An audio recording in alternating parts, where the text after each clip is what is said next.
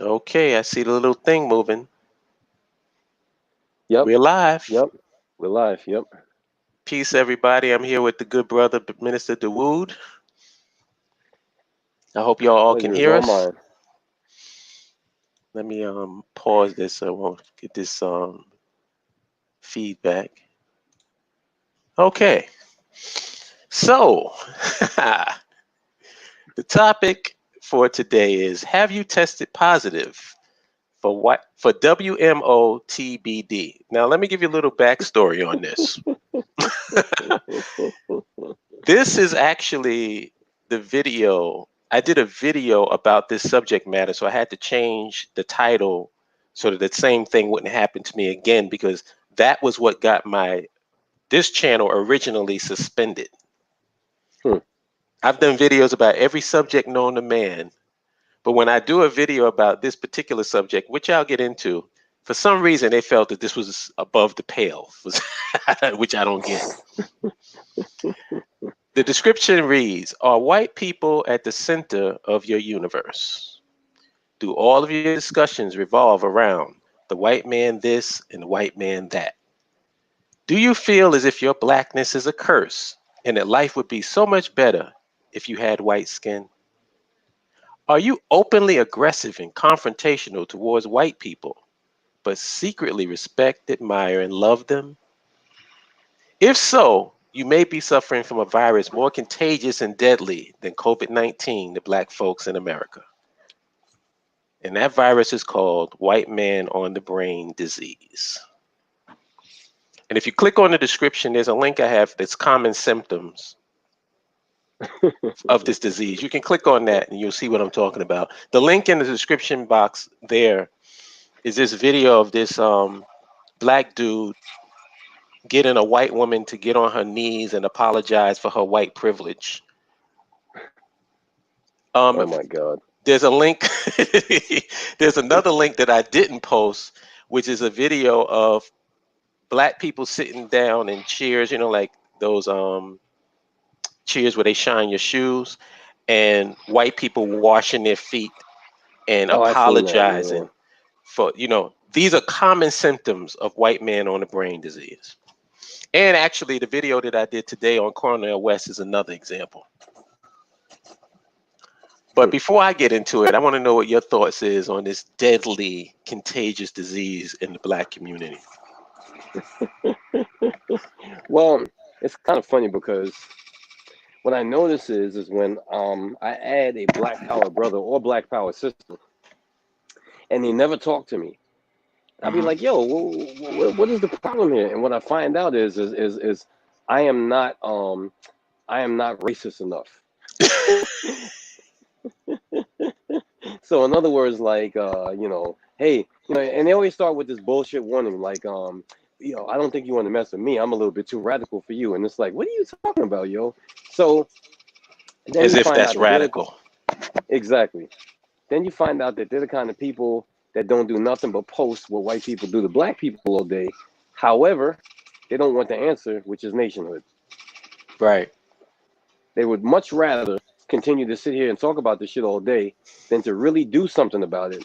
Almost to the point where when you come to a logical conclusion, they want to fight against it. And you'd be like, yo, wait a minute. I thought you hated these people, this, that, next thing. But to them, that ends the problem. And the problem is, or the solution is, okay, well, get your own nation so you can control your own context. But they don't want that. What they want is to be able to, it's almost like the person in a relationship that really just wants to talk to you about what their baby father or baby mother did to them all day.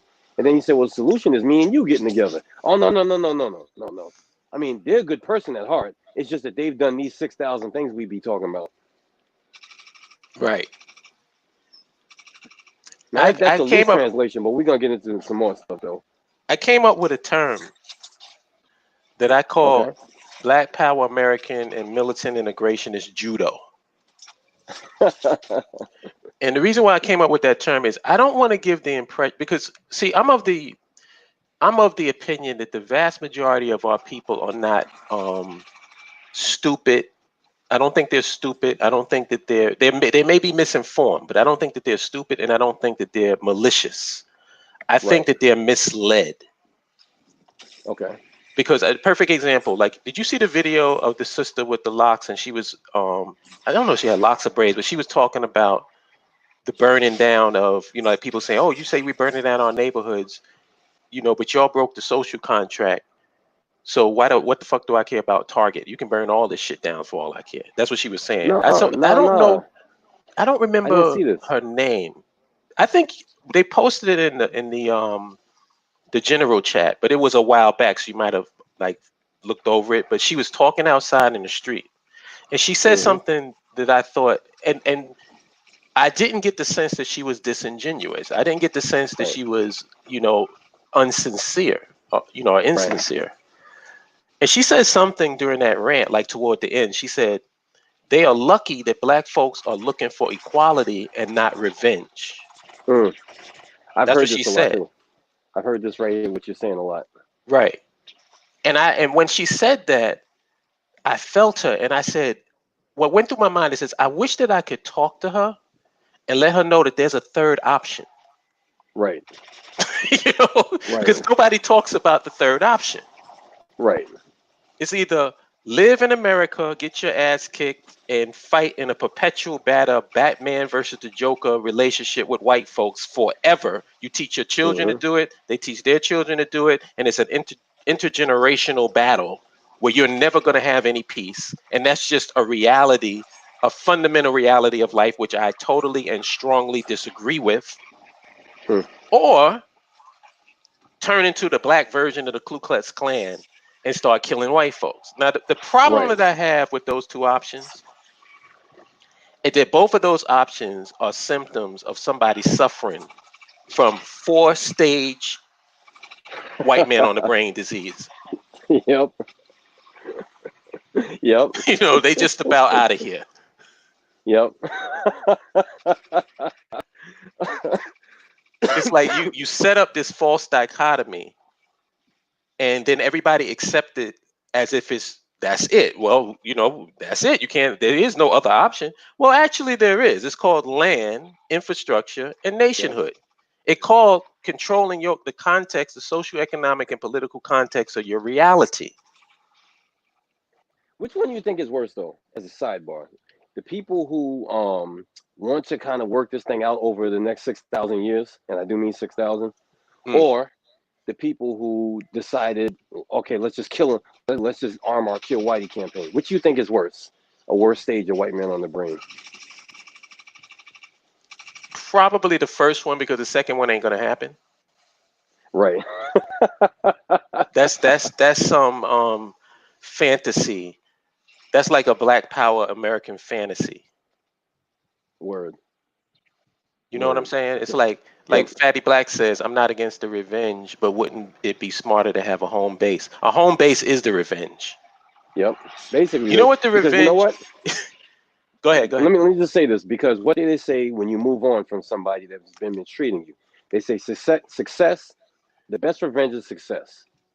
So I think the most applicable thing to this is the best success is you getting your own, so that you didn't, number one, you didn't have to lose people's lives. Number two, you didn't have to go into this. I'm not saying that you ain't gonna lose people's lives building your own nation, because more likely than not, you probably will, but Hmm. not to the degree of you staying in that person's house and losing lives. You Right. know what I mean? So nevertheless, I just think that yeah, it's definitely a fantasy.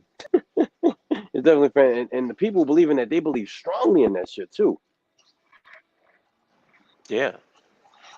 And actually, you said what I was going to say anyway, so there's no need for me to even go into it. But I'll just expand on it.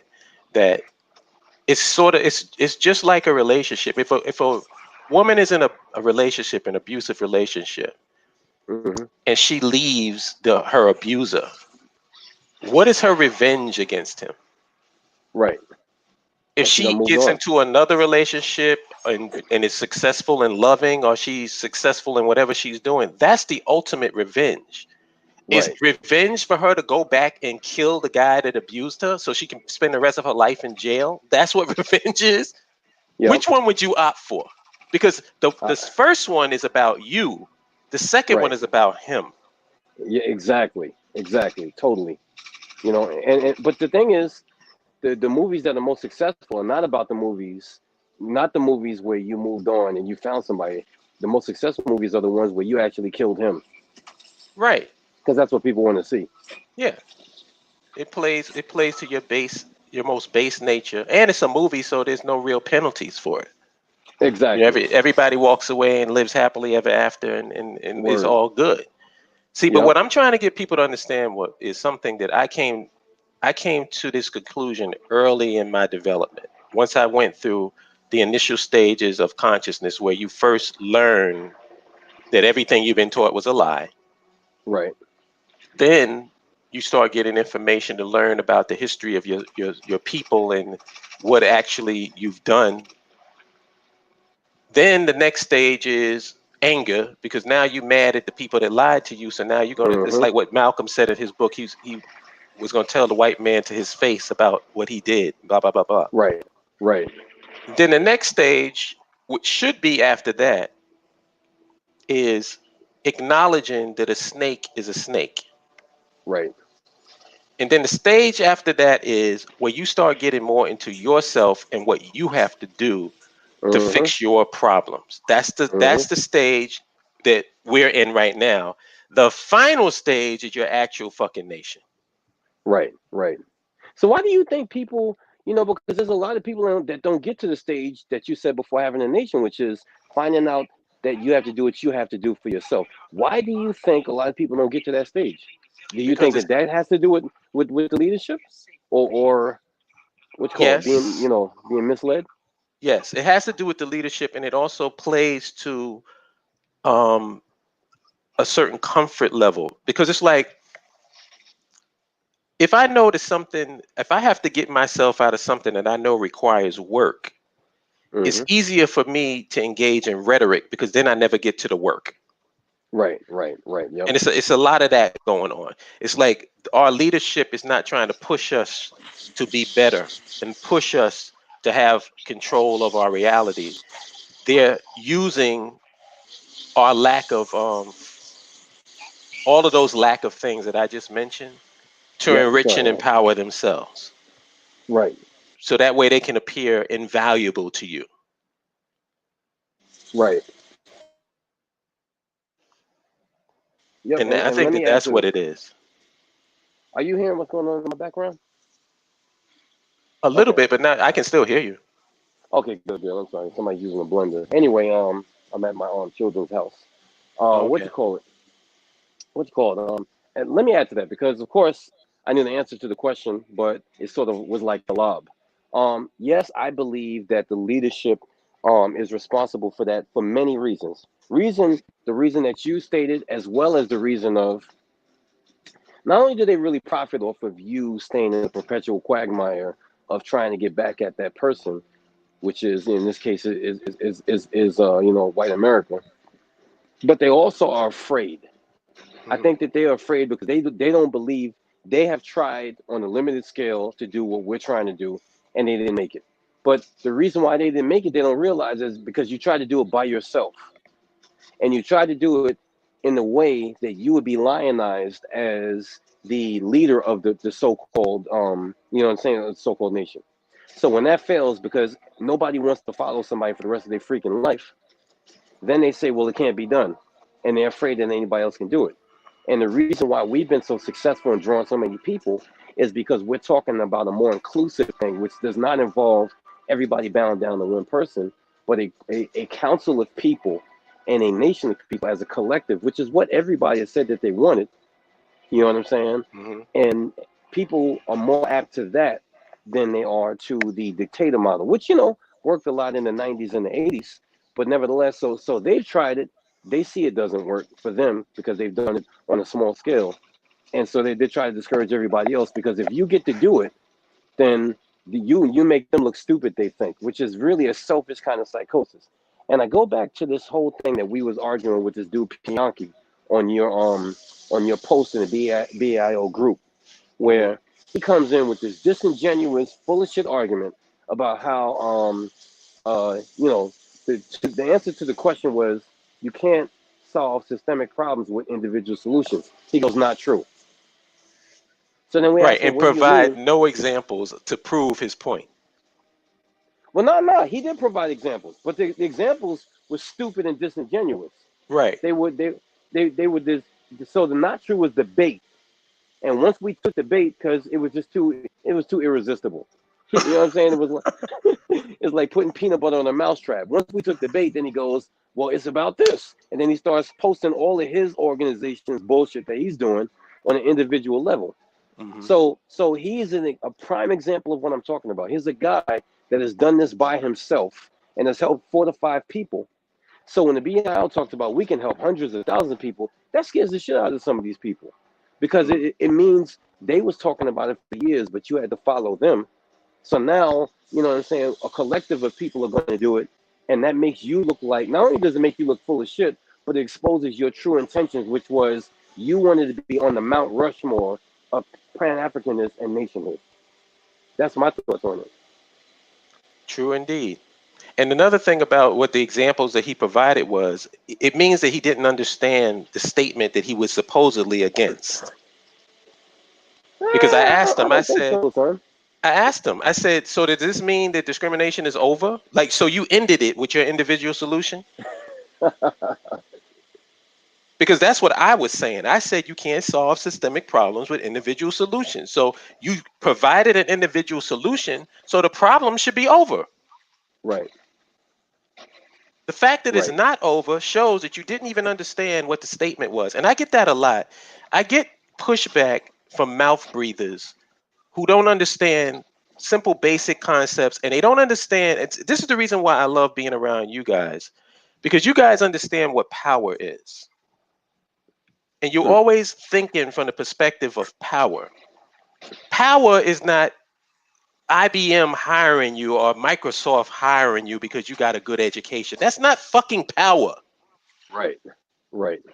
Every example he gave me was, well, if you work really hard, you can get hired by so and so. So you want to exist in your daddy's house under his rules, but you just want a better position within the house. Yo, but you have to admit, the best part about that whole shit was this nigga literally said that with this we will make America great again. He literally said Right. that. Yeah, That he was the said that. best part of it. I asked him, I said, was you joking? Like, is that a joke? Are you being Yeah, serious? it Or are you was just hilarious. trolling me right now? No, and the answer was he was trolling you. That Yeah. nigga said we will make And we America were great having this again. conversation, and I'm telling you, because I get so much shit, sometimes I don't see the full context of everything. So I could have Yep, sworn that me and him were having this conversation on a post that I put on my page. right. I did too, though.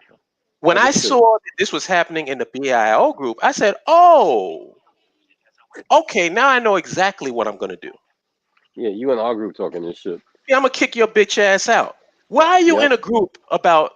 Why are you in a group about land infrastructure nationhood and nationalism and African centered progressive, and you don't believe in any of it? Why are you in that group?" He's been doing this for years, though, Holla. I don't know if he ever came on your page when you had your Yeah, I know who that dude block. is. Isn't he the guy that used to call in on Black Achievements? Him and Black Yep, Achievement used to be that. Yeah, I know exactly who that fool yep. is. We're talking about decades of trolling. Yeah, why are you Decades. gonna join these? And it's always been my question. If what we're saying is bullshit and you don't believe in it and you're an individual, why are you involving yourself in a collective discussion? Right. Because we're having collective discussions in the BAIO. So why are you joining our groups? Why are you debating us? Why are you all up in our live streams if you don't believe in anything that we're talking about? If what we're talking about is so ludicrous, then just sit back and watch us fail. Yeah. If Go that's how talk you to really us. feel. Right. Don't just Go. sit back and say, "Oh man, look at what these clowns are doing." Just sit back and watch from the sidelines. And you, because in your mind we're gonna fail and what we're talking about is bullshit anyway. So what do you have to engage with us for? Word. Go to your fucking senior citizen coffee shop and Right. talk shit about us to your dudes that struggle to get a small coffee with cream and sugar every morning, and tell them about how we full of shit. Don't come around to the group. But the thing is, he can't help doing that because it's the same thing as what I was saying about, and I won't mention the dude's name because he hasn't outright attacked us. But you know who I'm talking about. There's certain people that have started certain things, and they are frustrated because they didn't get the support that they thought that they would get. So now it's sort of like a pyramid scheme mentality where, and for those of you sitting in the chat room, we're not talking about none of y'all. So don't be thinking I'm taking like a subliminal shot. But we're talking about an older dude. I think he's around our age group that started something, and I guess he didn't get the support that he normally would get. So now what he does is he comes on mostly Holland's posts on Facebook and disagrees Right. because to him, y'all should have supported me. So now I'm gonna make y'all pay by basically trolling everything y'all do. And to me, I just don't understand how much time these people have to be doing this kind of shit. It's a lot of energy to be a militant integrationist. Truth be told. It takes a lot of energy. Because like Cornel West said, he been doing it for 50 years. That dude got some strong resolve. 50 years of doing the same goddamn thing and getting no results, and you still want to keep doing it because it's like a rooster crow, in the morning. You just can't stop it. So let me ask you this. So where does conspiracy theory guy, where does he come in with what stage cancer does he have? White man on the brain. Is he at stage 3 or stage 4? Usually I think that's you don't have to be that far into the group to be involved in that kind of bullshit. Yeah, I would say that's stage 1 because it's so easy. Right. Like it's so easy, but the whole premise is based on this they that's trying to that you can't get away from. It's like this omnipotent they. Yep. That you feel that you're fighting, and that's what a lot of the people in the so-called conscious community engage in. It's this omnipotent they. It's like the one above all in Marvel Comics. Right. It's like which to me, if you believe in that concept, what are you even fighting for? Exactly. I just want to make sure people stay awake. And it's like, what? What? So you can be aware that you don't have a chance. Yeah. Like what? What? I would rather be ignorant. To be honest with you, if Yeah, me that's the too. reality that there's some one above all that you cannot defeat no matter what you do, I would much rather be ignorant than be aware of that. Yeah, me too. Make me ignorant so I can keep fighting. You're the one that coined it the best though, where you say like people are addicted to listening every day about how we get our ass kicked. Yeah. That to And me they is can break it perfect. down. They can break it down. Yep. They can tell you the right hands, the lefts, the uppercuts, the knees to the face. They can break down every ass kicking that you getting, but nobody is telling you about defending yourself. Exactly. Because I got to tell you, man, like I posted that status on my page where the person they got this long, elaborate like linking of this Coven dude to George Floyd, and how the both of them worked together and all this other stuff, and how they was doing sex trafficking and the police station and the club got burnt down, so that proves you that they were trying to. I mean, I'm just like, wow, what in the world? I saw a conspiracy theory where you remember the old man that got knocked to the ground with his head busted by the Yep. cops. Yep. Somebody did a little, like where they have these graphics where they have the picture and they have the circles in the picture and an arrow pointing. They say, "Oh, if you look, you can see the tube where the blood is coming." I'm like, "Oh, word, word." And the thing that's frustrating about conspiracy theories is they use their brain power on the dumbest shit, but can't wrap Yep. their mind around the simple shit. Yep. Like you can Yep. give me all this elaborate stories with all these working parts, just like the whole Bill Gates thing.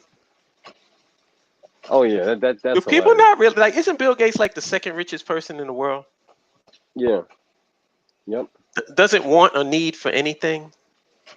No, but you know what the most in that, because you sent me that video from the Young Turks, Yeah, and to me, the most grand closing, grand opening part of this whole shit is where the guy says, Bill Gates is not in charge of the CDC. right. Like, to Bill me, Gates is a private citizen. exactly. To me, He that's doesn't the whole grand control any closing of it. government.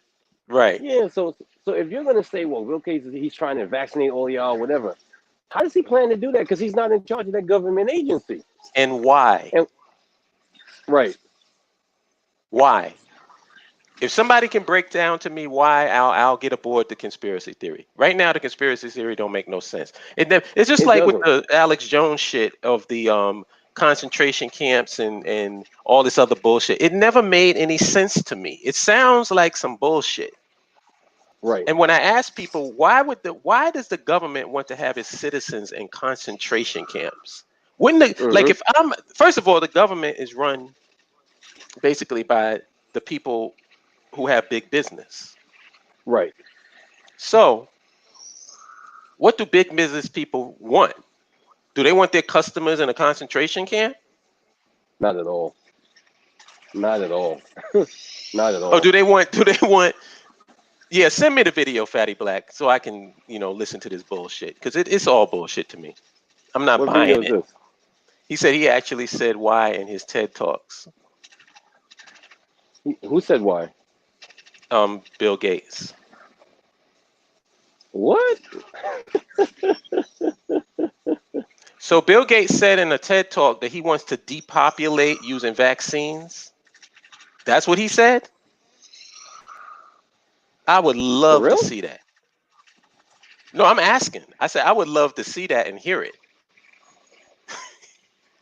But not lots of Yeah, people but have it's talked almost about like depopulation.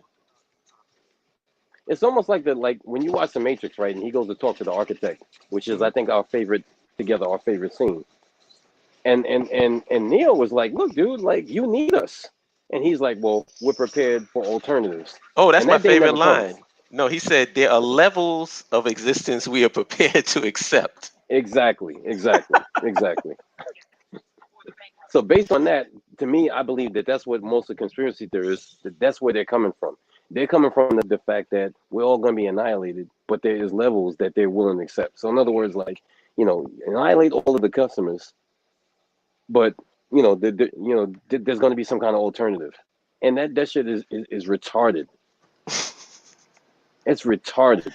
And to be honest with you, I think the fundamental reason why I'm just anti-conspiracy theory just as a general rule is because I think that a lot of things that happen to us don't require a conspiracy.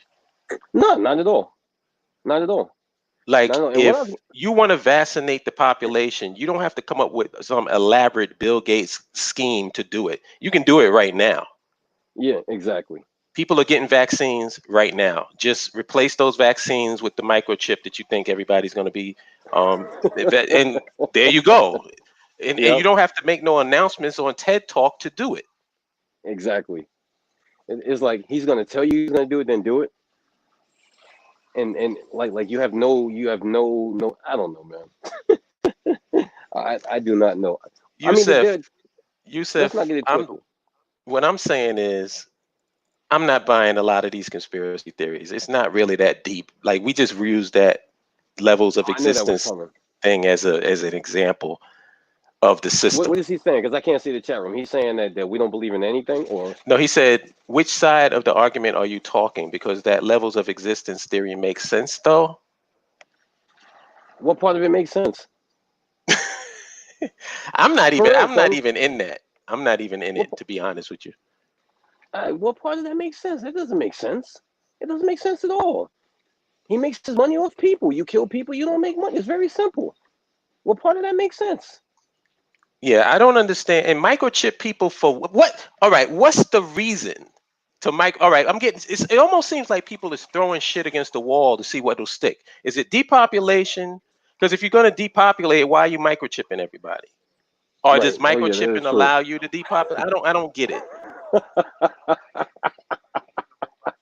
We got to chip you before we kill you. And why is all of this necessary? So if I don't believe in this shit, do I cease to be a black nationalist? Like does that take away my black card because I don't believe in a Bill Gates conspiracy? It makes no sense to me. No, it doesn't. It really doesn't. What people in power want is the things to go back to normal. They're already tracking us. Hmm. They're already tracking us. All of your Yep. purchases are tracked. That's why when you go Exactly. online, you always see ads targeted towards your buying. Yep. They're already Yep. doing it. What's the point? And, Like, what's the all right? You want to track them even more? Like putting a microchip in people. I don't get that. It makes no sense. but see that much of this is and I don't think I say this enough though, because I always talk about this is the quote unquote part I hated about the conscious community. There's parts about the conscious community I love and will always love, and I've said that, but I don't think I say it enough. But this is the part of the conscious community I think that really fucked our people up, and will take a long time, son, to like undo. And that is the long drawn out days of lectures where dudes get up there and spew what you call it conspiracy theories for a whole message that you paid $20 for. And I think that like that model has not gone away yet. Yeah, I don't You know think what I'm it's going to saying? go away until we get our own nation, where we actually can put our energy into things that is actually tangible and concrete. Yeah, You yeah. know. And that's why to me it's like, you know, one of the most telling things that happened, I go back to this and people think I emphasize it too much, was the vitriol towards the movie Black Panther. That to me was like the most telling thing, because I was just like, what part of this do y'all know? Is first of all, it's fictional, so I don't know why Mhm. y'all getting so upset. But second of all, you watched a movie with black people in charge, and the only thing that you could come up with was there was a white savior. You know what I'm Because they saying? don't understand power. Like we can't have conversations with most people because they're going to be talking and their framework is going to be within the context of America. Right, So here we are, right, we're talking about having our own nation, and they're talking about how to gain equality, how to gain power within somebody else's structure. And what they don't understand that what we're saying is we want to control the structure. There's no right. need to create a whole industry about living off the grid if you control the grid. Exactly, exactly, exactly. You're But sitting you know here and what? go ahead, go I ahead. guess what that leads us to is I think that we have been jacking some bullshit for so long, we don't remember why we even jacking it anymore. Does that make sense? Oh, hold on a second. Brother Sankofa the third. You're not trying to get your own nation, man. Stop it. Your brother Sankofa the third. Can you get on that live stream with us right now?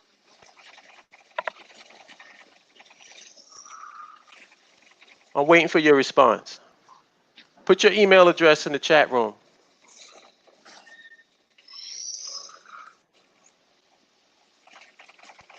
If he thinks that we're not doing it, why is he here? Well, that's a rhetorical question, right? There's Oh, no slow Sankofa. chat. There's no slow chat. That's not activated. So put your email address in the chat room so I can send you the link so you can come on the show. Yeah, we'd like to talk to you. We'd like to talk to you. That would be Five, cool. 4, 3, 2, 1. Goodbye.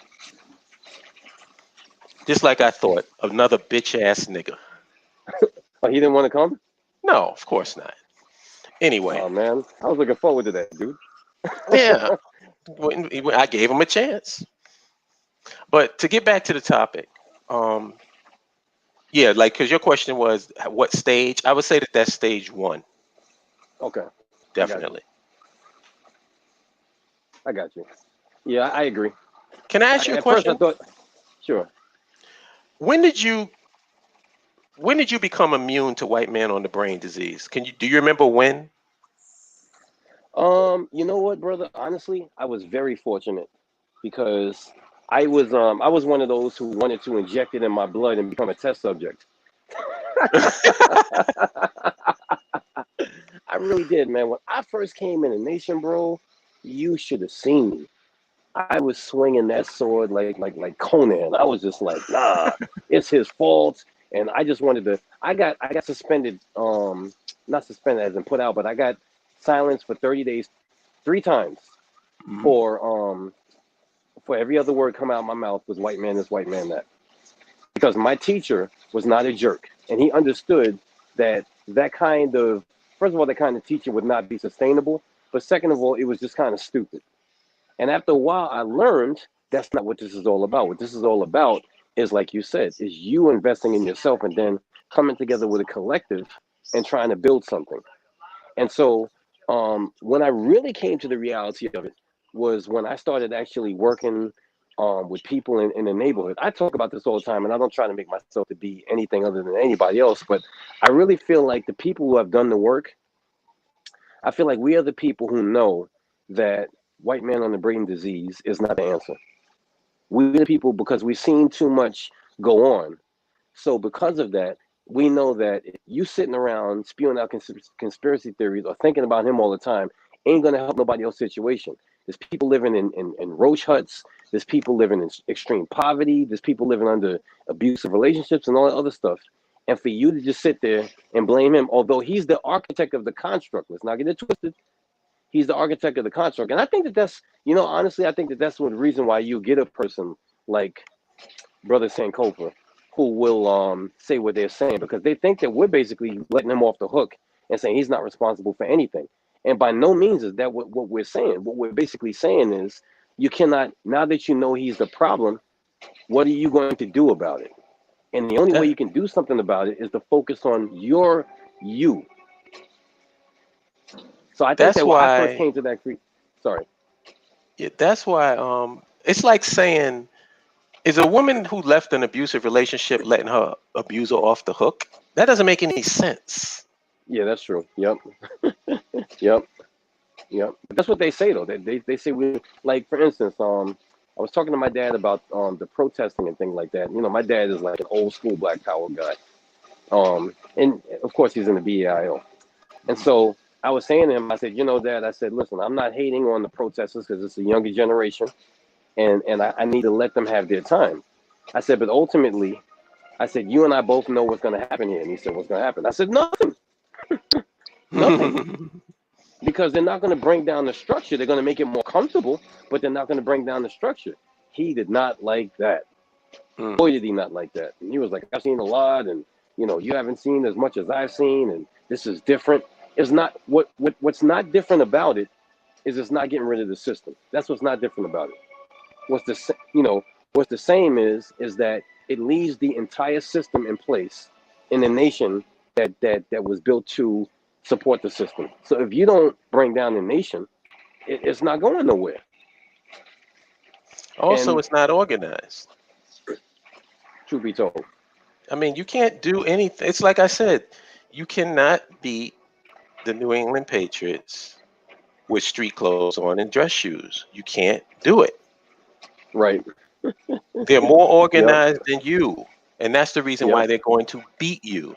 So if you want to yep. beat a team, you have to be organized. You have to rally around, and you have to find a common denominator that brings you all together.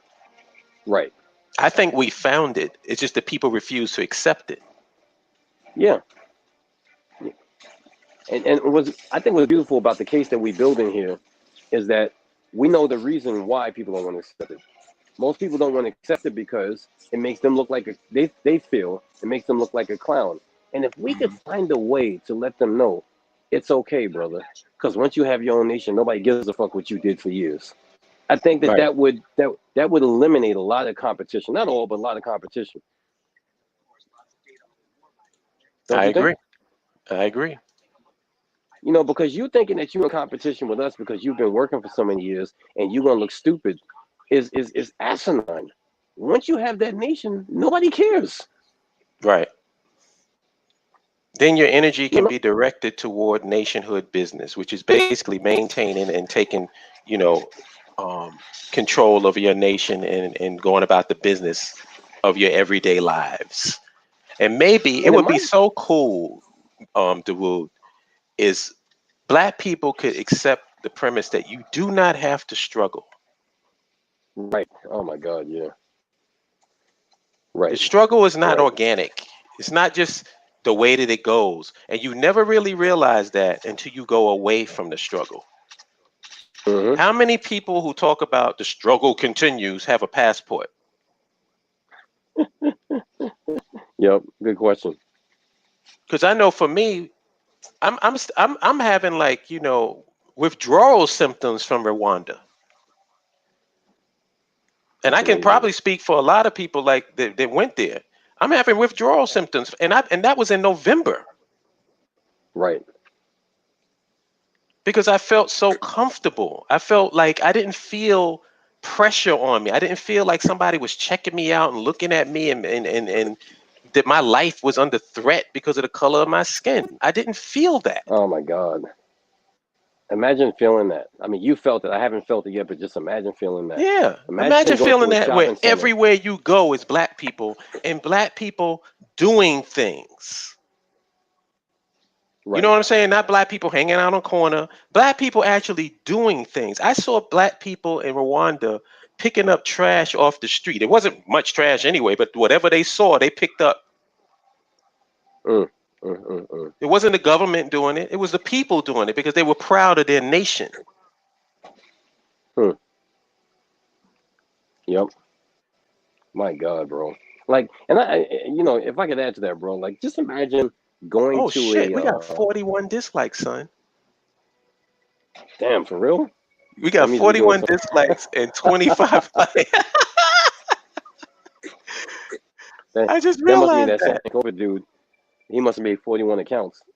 Wow, that's deep. But you know what usually happens is when the live stream is over, um, YouTube, I guess, eliminates all of those troll accounts and then it goes back to normal count. Word? Yeah, How that's does what that usually happen? happens. I don't know, but like I'll see this 41 dislikes, and then Mm-hmm. when I go back and I check the videos and I go back and look at it, the dislikes will be gone because I guess the system has a way of identifying what the troll accounts are. I don't know, but that Right. always happens. Wow. I'm just glad we got people Damn, listening. Bomani. Yeah, Damn, Bomani. that Sankofa dude must have. I'll fix you. yeah. Fix me, He like, dude. Bring as many people as you can to listen to me. damn, 41 dislikes. We doing great work here. Yeah, man, we putting it in. We touching a nerve. Exactly. Thomas, you telling me send you a link. Why am I sending you a link? Type why I'm sending you a link because I'm not. Who? No, it's Thomas Sankara. He's one of the mods. He says send him a link. What's the conversation going to be about? Is it about the topic? Who is Thomas Sankara? Or one of our subscribers? Do we know him though? Like, is he a regular? Yeah, yeah. That's why he's a mod. Oh, okay. Yeah.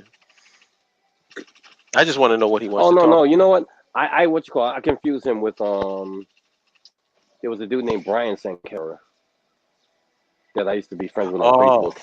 yeah. He's a total dickhead, Bill. And I hope you hear me say that too. That, that wasn't Thomas. It was. Thomas, are you joking with me? You're asking me what the topic is, and you in the live stream. Oh Lord. You don't see the topic right there. Come on, man. Don't joke around with me.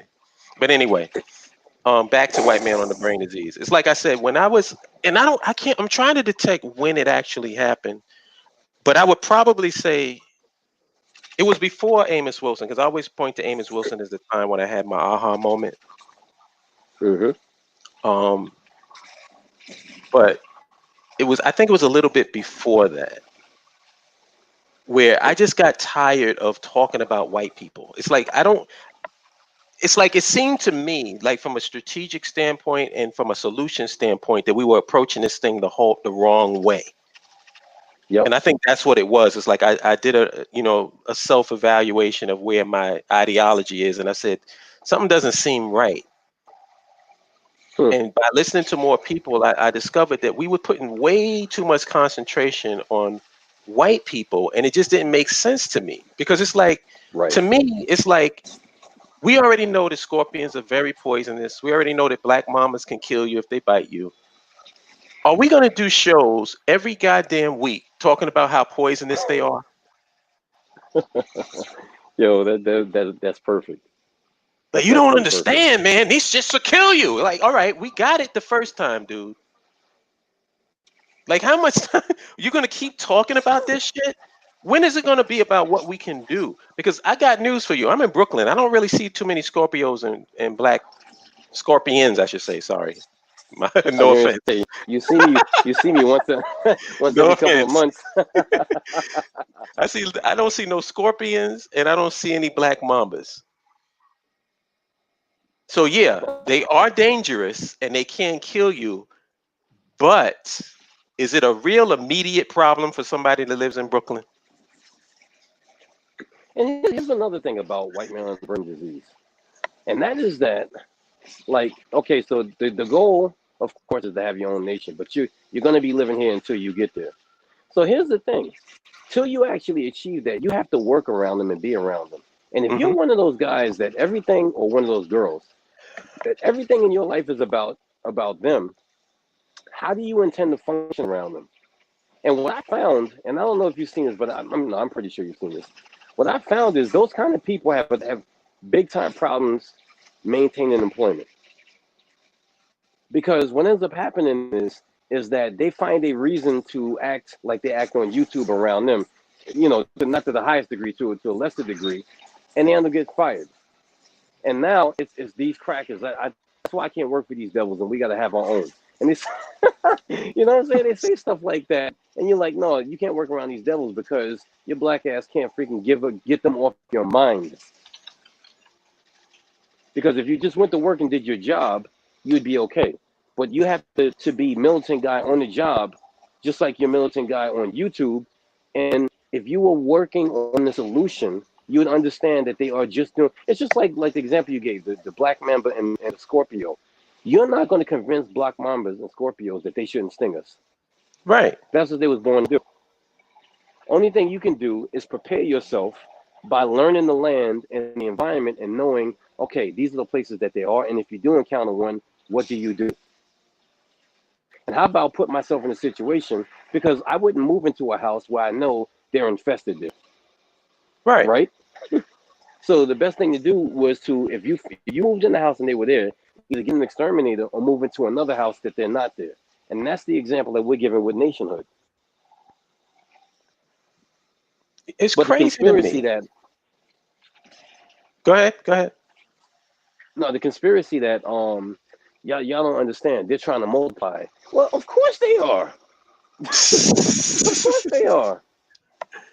I don't know about you, and I think I made this point before, but I think I'll make it again. I don't care about someone else's agenda. As far as I'm concerned, they're supposed to have an agenda.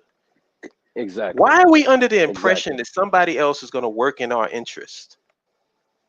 Yep. Y'all must be some bad business people. Yeah, did you see? I watched a little bit of it, but Rush Limbaugh actually came on the Breakfast Club. Word?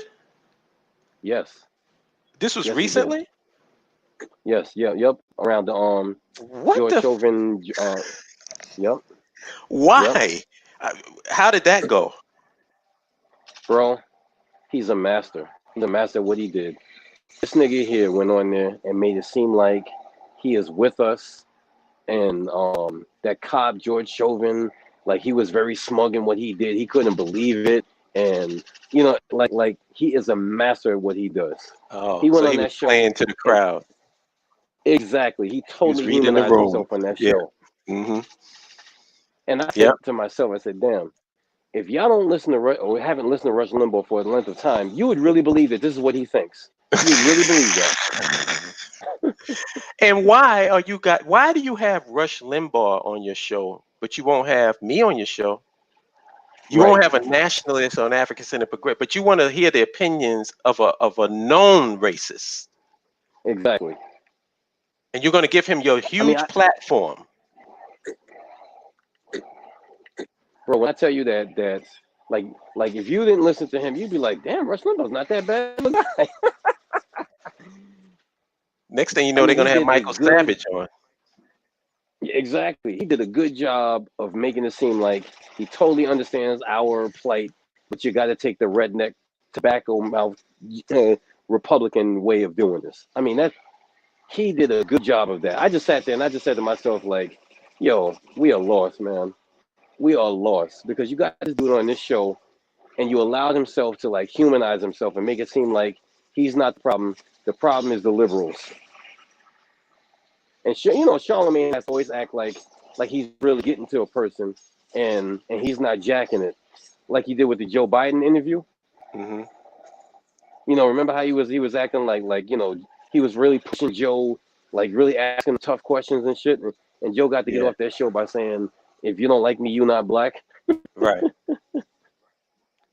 It was almost the same shit, bro. Almost the same shit. I did not know that he was on there, but that is another example of white man on the brain disease. Yeah. Because why do you need Rush Limbaugh on your show? Why? For what? Yep. Yep. Just like For it was whatever like reason. when remember when Tariq Nasheed had that white supremacist on Jared something? Mm-hmm. Why? Yep. Why? So you can show the white man that you know the truth and that he's a lie. Why are you concerned? It's like I'm saying, once you decide that this person is against you, you have to make a decision about what you're going to do from that point. Yeah. That's why this is not a long Yeah. process, and that's why getting immune to white man on the brain disease is fairly easy. Like there's a lot of vaccines for you to take so that you don't get infected with that shit, or if you are infected, to clear it up Right. because it don't take Right. long. It's like if you're in a relationship with a girl is in a relationship with a guy who's whooping her ass every day. Every time she comes in, one day he's beating her ass, next minute he's giving her hugs and flowers, and he keeps throwing her off so that she don't know what to do each day she comes to the house. She don't know what to expect. At what point does she go, maybe I need to leave this shit alone? This is not healthy for me. Mm-hmm. And when she does But you that, know, is she letting him off the hook by doing it? no, not at all. Is she running She's getting away? herself off the hook. Exactly. You know, she's getting herself off the hook is what's happening. You know, but just like in real life, for some people that's a long process, man. I mean, you know, you've had friends where they've been with somebody and like you really think you made progress with them, and then they say maybe they're not that bad, and you're like, what the fuck? How did we get back here? Hmm. You know, I thought we made good ground, and now you talking this shit. And I think it's the same process. It's like, you know, this thing is giving a lot of people hope, man. This thing that we've seen recently, that this whole protest and activism and even the looting, like the looting. If you think about it, this whole Black Lives Matter rally and protest and writing, it has all the trappings for the Black Power American and militant integrationists. Because Hmm. if you're a Black Power American, the looting part appeals to you. If you're a militant integrationist, the protesting appeals to you. You know, if you're a what is the other category? Captain America Negro, then you can hug the police on the front lines. That appeals to you. You know what Right. I'm saying? Like every aspect of those three things that you have coined and trademarked, this has everything for you. Right. And Well, then we for the getting conspiracy theorists, trolled it got like something for you too. crazy tonight, son. Oh, what's going on? Like in the chat room, There's there's another like person. guys coming in, Oh, and then there's like 43 dislikes. It's like we getting trolled seriously, so we must be putting in some good work. word. That's like a sign of honor for me. That's a badge of honor for me. The messed up thing about this is that they think we're doing this show to troll them, and what they don't understand is we're basically trying to bring understanding, so that you don't have to have that anymore. It's almost like giving a holistic approach to living life, so that you can come out of your stage 4 cancer instead of taking chemotherapy, which you know is going to kill you. Mm. The Yep. holistic way is nationhood. The temporary way is some kind of surgery or this or that. And then most people, because the statistics show that when you go to those quote unquote natural cures to the cancer disease, you only live but 10 years after that. Mm. And when I found that out, dude, I was shocked. Wow. Because even when you go through their cure, the statistics show you only live 10 years after that. But most people who have tried the holistic route, even if you go through their cure or whatever, and then you do a holistic route, when you change your lifestyle, you can live a lot longer. I'm not saying you're going to live forever, but you live a lot longer.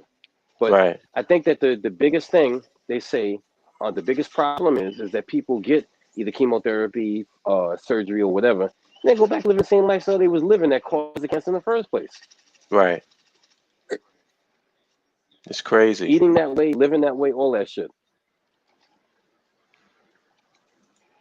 It's crazy, I mean, I got man. to tell you, like, for myself, I remember sometime in the wintertime, what's called, I realized that my blood pressure was up. And I was, when I was asleep and have certain dreams, like I would feel this rushing in my heart and shit. And, I've studied a lot of different holistic health and things like that. And so I realized, I said, damn, I got to change my lifestyle. So I stopped drinking so much caffeinated drinks and coffee and, stop eating so much salty stuff or whatever. I changed my Hmm. lifestyle. What do you know? Blood pressure went down. Yep. You know what I'm saying? I didn't take any medicine or blood thinners or things like that so that I could continue to eat the same damn cheeseburgers, and because I knew I was doing it to myself. Right. You niggas who are hitting the dislike button or you want to argue with us or whatever, you are an example of the guy that would find you got high blood pressure and just take 6,000 pills so you could eat the same shit.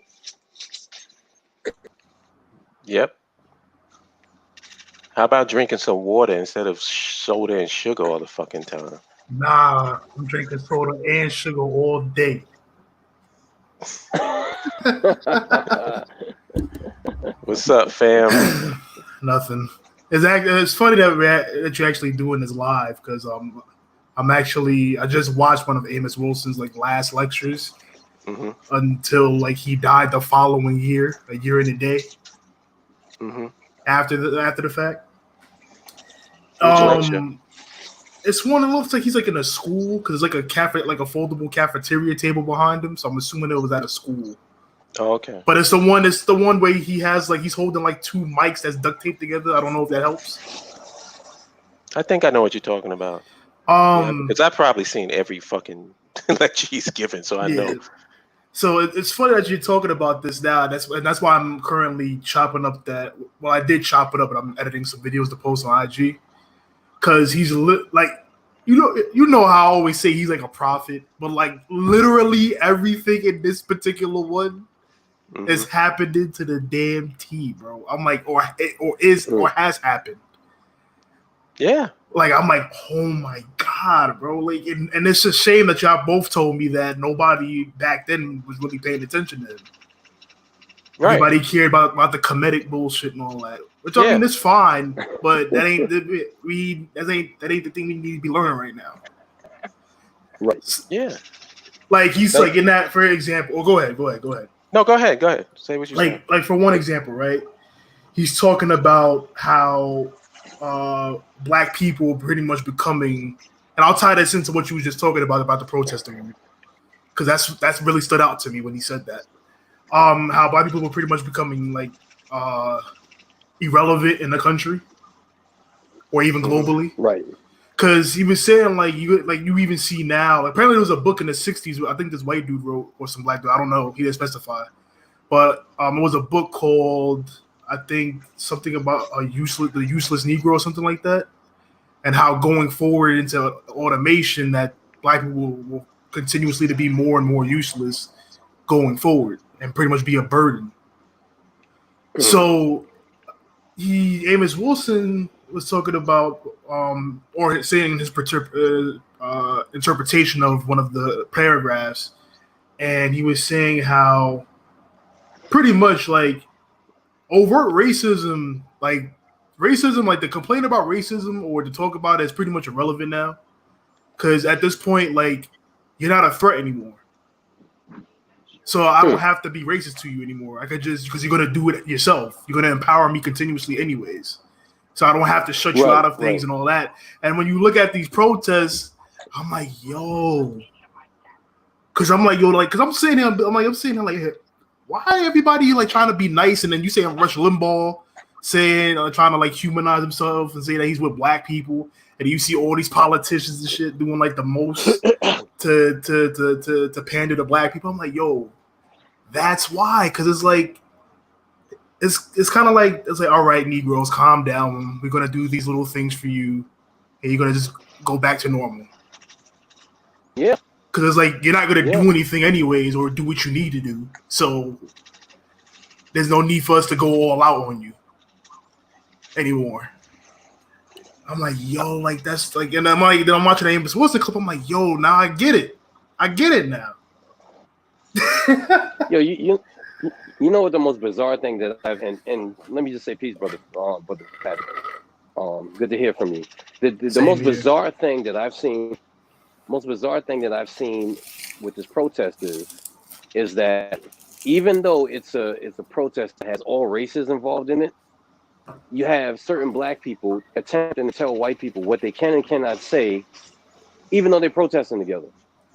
Right. So it's like to me, it's hilarious because they're like, wait a minute, you know, you have to remember your privilege. You can't say this and you can't say that. But meet me at the front line tomorrow and we'll talk about it. What? Yo, Minister, it will make perfect sense if you look at it within the context of an abuser and an abused. Right. If the abuser decides that they're going to let up on the abuse, the person being abused is not used to that. They're not used, so they get a little sense of, you know, they get some wind in their back. Right. But, you know, I want to make a point, and it may seem off of what we're talking about, but I think it relates to white man on the brain disease. And it's something that they talk about in professional wrestling. In professional wrestling, they don't care whether you boo them or whether you cheer them. Like that was the Rock's thing. The Rock didn't care whether he got booed or whether he got cheered. The only thing the Rock cared about is whether he got a reaction. Right. So if you react strongly to him, he's got you. And that's how the white man is. So how do you beat that? I remember there was a wrestling match, because usually, and you know how wrestling goes, usually somebody's getting their ass kicked in the ring, and then next thing you know, somebody bolts out of the locker room and comes down the ramp and everybody loses it, right? Yep. I remember this was in WCW so clearly. It was so hysterical. I think Hulk Hogan or somebody was getting beat in the ring, and then Jim the Anvil Neidhart comes down the ramp. Nobody responded at all. A word? Yeah, no response whatsoever. It was dead silence. That's how you beat them. Wow. When you stop fucking caring about what they got to say one way or the other, you've won. And didn't Amos Wilson, there's a clip that you put up, Patrick, where Amos Wilson said that. Oh, yeah, when he's talking about when you have your own stuff, you don't care about the people that you're trying to get acceptance from anymore. Right. You're more concerned about your shit. Then you've won. And this is what we're trying to do. But to see, the problem is there's a vested interest toward you putting the white man at the center of your universe for those who want to profit off the misery of our people. And this is something that I've been talking about my entire YouTube career. We get listen, in any other situation, if you was to put this situation and let's say replace black people with any other ethnic group, would it take that ethnic group almost 500 years to figure out how to get out of this situation? Nope. The reason why it's taking so long with us is because the problem isn't the system or the white people who are behind it. The problem is we have too many people in our midst who are speaking for us and being turds in the punch bowl and preventing us from having a clear and concise message. Look no further than what's going on with this live show. And the reason why they mad at me, I know why they pissed off at me, is because you can't do that to my message. There's nothing you can do except take it. Because I'm not trying to get money off nobody. I'm not bought and sold. Nobody's financing me. I'm speaking the truth.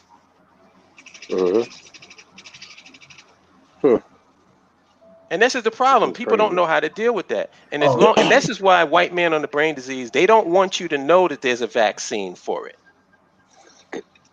Oh, can I comment on that truth thing? Because again, it's like that's what I'm saying. Like this lot, like not this live stream, the lecture I saw, like he addresses all of this shit. So not to say what you were saying, but about you're on your side of speaking the truth, right? He was talking about people that say that they gotta speak truth to power to white people. It's like, oh my God, okay, I've heard that. It's like you gotta truth to power yourself into domination and destruction by them. Because like one, they already know, because they wouldn't be doing it if they didn't. And two is irrelevant. What are you telling them for? And let's address the other pink elephant in the room. I don't believe you need more people. I don't believe that you are really that upset with white people. Sorry. Don't believe it. Now, you can believe me. You can believe Patrick. You can believe Minister when we talk about what the stuff that we're talking about, because we don't have white men on the brain disease. Right. But if you're that person that you didn't want to mention their name and you got black all up in your brand,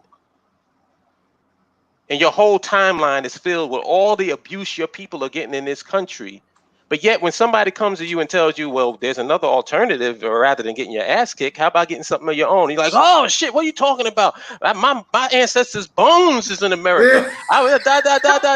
You come now, you just got through telling us how the white man is kicking our ass, and then we give you the solution to it, and now you against us. Now, either two things is going on. You're being completely disingenuous, or you need therapy because you're sick. I'd probably say the therapy part. Yeah. Because they're very passionate. Very passionate. You even got some now that don't even want to call themselves African anymore. It's like, okay, cool. But they want to name all these. Then the funny thing is, they want to name all these scholars and shit that called themselves African people. And then on top of that, if you really cared about your ancestors, you would know that a large majority of them wanted to leave this shit while being enslaved. If I hear somebody telling me, and I've made this analogy many times, and I really haven't had any answer or dispute to it. If I hear somebody telling me that they don't want to do crack, and yet they arguing with me about whether they should leave the crack house, am I supposed to take them seriously? Nope. Do you really want to stop smoking crack? Or are you just playing games? That's why we all laughed at Whitney Houston when she said crack is whack. And we knew she was beaming that shit up before and after that interview. Before and after that video, we knew she was beaming up talking about crack is whack. It wasn't whack enough for you to stop beaming it up. I'm telling you, man, I think that people really don't understand how powerful and how dangerous and contagious this white man on the brain disease is. This is the reason why year 500 is approaching, and we still stuck in the same position doing the same goddamn thing. And that's why, like, that video that I did today, like, I was much more upset when I first heard it. Oh, not gonna imagine. Oh my God, it sounded like I had to calm down in order to even do that video. Bro, I was getting mad listening to that shit. Because I think the thing that set me off was him equating working for your own interests like being like having a black KKK. Oh my God. That's literally what he said. Those are the options. That's why I said I wasn't mad at the sister, because I don't think she was being disingenuous. But they're only going off of what they're exposed to, what their references is. And right now, the conversation that these Black Power Americans and militant integrationists is put out as a narrative is, those are the two options: stay in America and struggle perpetually with white people, or turn into kill whitey and start killing up everybody. Those are the two options. Yo, and you know what, man? You said it a long time ago, and I bear witness to it. You'll compromise when you make your money off the struggle. So it's almost like a Cornel West dude. He makes money off of retelling this tale. Year after year after year, telling this tale. And every new part of the tale, reinterpreting it as that's white people's fault. And quite frankly, if in fact something came that would end that, he wouldn't be down with it because then he wouldn't make any money anymore. And I'm pretty sure he lives a really good lifestyle. You know what I'm saying? Like he probably lives a really good lifestyle doing what he does. So for him, like it's very scary for him to think of not that not being a reality. Like I remember years ago on 106 Park, the chick that's when Terrence J and Roxy was doing it. And so Terrence J asked Denzel Washington because I think it was training day he was on there for. And he said to him, he said, if you had the chance to redo anything in the past, what would you do? And to his credit, this is why I like Denzel so much. He just looked at Terrence J like he was crazy. Like nigga, what kind of question is that? What do you think I want to undo? So he was waiting for him to get it, and he wouldn't get it. He looked at him and said, of course, slavery. He said, I would undo slavery, of course. You know what I'm saying? And then Roxy looked at him like oh. You know what I'm saying? And to me, I was just like, oh my God. And you know what's funny? Nobody in the crowd expected Denzel to say that. That's how bad it was. They all thought he was going to say something like, undo my childhood when my mom called me an asshole or something crazy like that. Something Something self-interested. personal. Exactly. No, but Exactly. that's why. And But I'm sorry. Go ahead. Continue. Good. No, good, son. Good. No, because I was gonna say like but that's why like right in regards to the crowd's reaction. That's why I said in the WhatsApp group like, yeah, well, Cornel West said was problematic, but this is just my opinion. But I feel that majority of black people here think like that, especially from what I'm seeing on TV. Yeah. Like they really they're so happy, bro. I even saw on some quote unquote black media page talking of like just so happy that there was all these white people protesting with black people. Then one chick in the comments said, "I love it so much when white people stand up for us. It makes me so happy inside." I'm like, wow. And this is all coming. The reason why they say this, son, is because this is all coming from people who have no power and people who have no organization. So they're grasping at straws. They're trying to take any victory that they can get because they're used to not having a victory. They're used to taking L's. And that's the reason why they think the way they do. Then even them trying to beg white or non-black people and as a whole to speak up.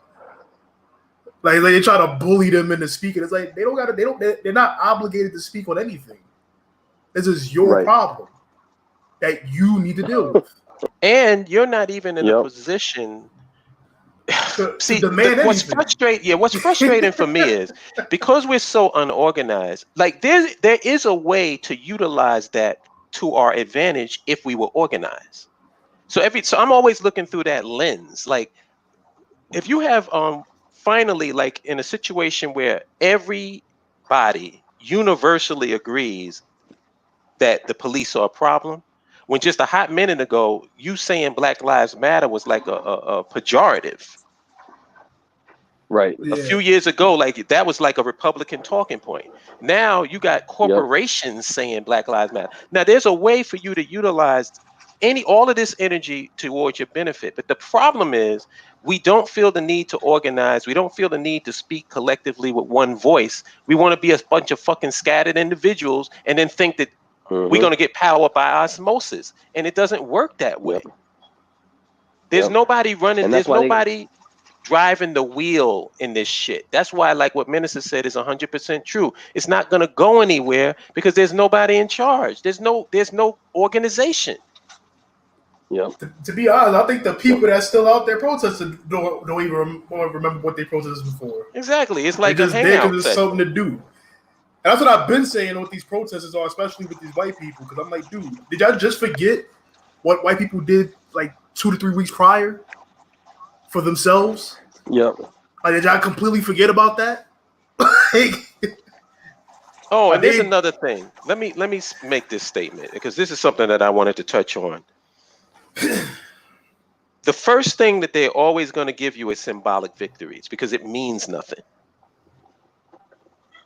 So for you to for them to tear down a statue, to wash your feet, to apologize for their white privilege, to get down on all those are all symbolism. The statue is the most hilarious, though, to me. At the end of the day, what's gonna fucking change from symbolic victories? Nothing. What about civil asset forfeiture? Are you going to get rid of that? Because you're in a perfect position to get rid of it. You can attack it right now if you were fucking organized. Right. You can get substantial, tangible, and concrete policies passed if you are an organized people. But what's going to happen is, what normally happens is we are so much, and I believe I had said this on a previous live stream, that there's everything that's a part of your culture is not something that you should keep as your part of your culture. Some things need to change. Some things you need to get rid the fuck of. And one of the things we need to get rid of as a people is this ceremonial, symbolic bullshit. Somebody sings a fucking song and everybody gets all misty eyes, and that means fucking nothing. Yep. What are you going to do to change policy? If you ain't changing policy, then what the fuck are you doing? As I told my dad, complaining to white mommy and daddy. And we see where that gets us. Like, it's even to the point now, like, even like my dad, I was talking to him recently, he was like, yeah. And I was even shocked to hear this from my dad. I'm like, what? I'm like, just the whole conversation as a whole. I'm like, Dad, like, is this the same person I know? Because it was like he was saying when he was talking, it was like everything I've been thinking about this current situation and what we should be doing. And I'm like, wow, I'm like, yo, Dad, like, it's like we both we have a synchronization right now. but yeah, one thing I will say though, one thing I will say, because I have to say this so I don't come off as a hypocrite. I do see certain positives in this whole shit. The number one positive I see in it is I thought that the spirit of doing anything was dead for a long time. And to see all of these people, young black people, men and women, try to rise up, that shit is encouraging to me. It is. Not that I agree with the reason why they rose up, but the reality of it is to see them actually want to get out there and do something. That makes me say, oh, that's not dead. Because for the longest time, I thought Negroes was like, fuck this, I ain't with it. I'm just going to get me a job, and whoever's in office is in office, and that's it. And to see all those young people try to be a part of that I can't deny that's encouraging to me. It is. Because I'm telling you, come the late 90s and early 2000s, man, I thought everything, I thought people had given up on any kind of fight. And to see these people out here now, to me, is just like, so what it says to me is all I have to do is keep banging the drum, and eventually we will get enough people on our side that still have that spirit. But when you think nobody has the spirit at all, that's when you start going into depression, which is I've done many, many times. So I just wanted to say that.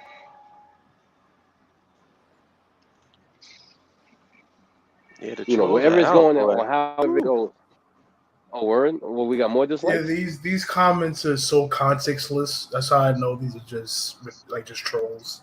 Yeah, they are out in full force. I'm very impressed by this. We must be doing something right. No, they're nothing. They're not saying anything relevant to the conversation. It's just the same spiel talking about why you talking about leaving America, but you still here conversation. We're like, okay. Oh my God, yeah. That's the strongest argument that y'all can come up with. Really, and the thing is, of all the time, all leave individually. Yeah, we already have. That's the crazy part. Like, of all the arguments that you guys could have formed during all of this time, you still leaning on that. And I noticed that when I respond, when I say allow me to retort, where's your dirt road in America? Dead silence. Apparently somebody's making Dynas and Mir exposed videos too. Of course, Which I because don't know For what's real? the exposes though. Dynas is very clear on his ideology. No, but you know what though, brother Patrick? If you ever go to one of Dyna's shows, there's mucho more trolls in his chat room than there ever was in ours. Oh yeah, yeah. Mucho. I mean, there's niggas in there saying stuff that I'm just like, what are you here for then?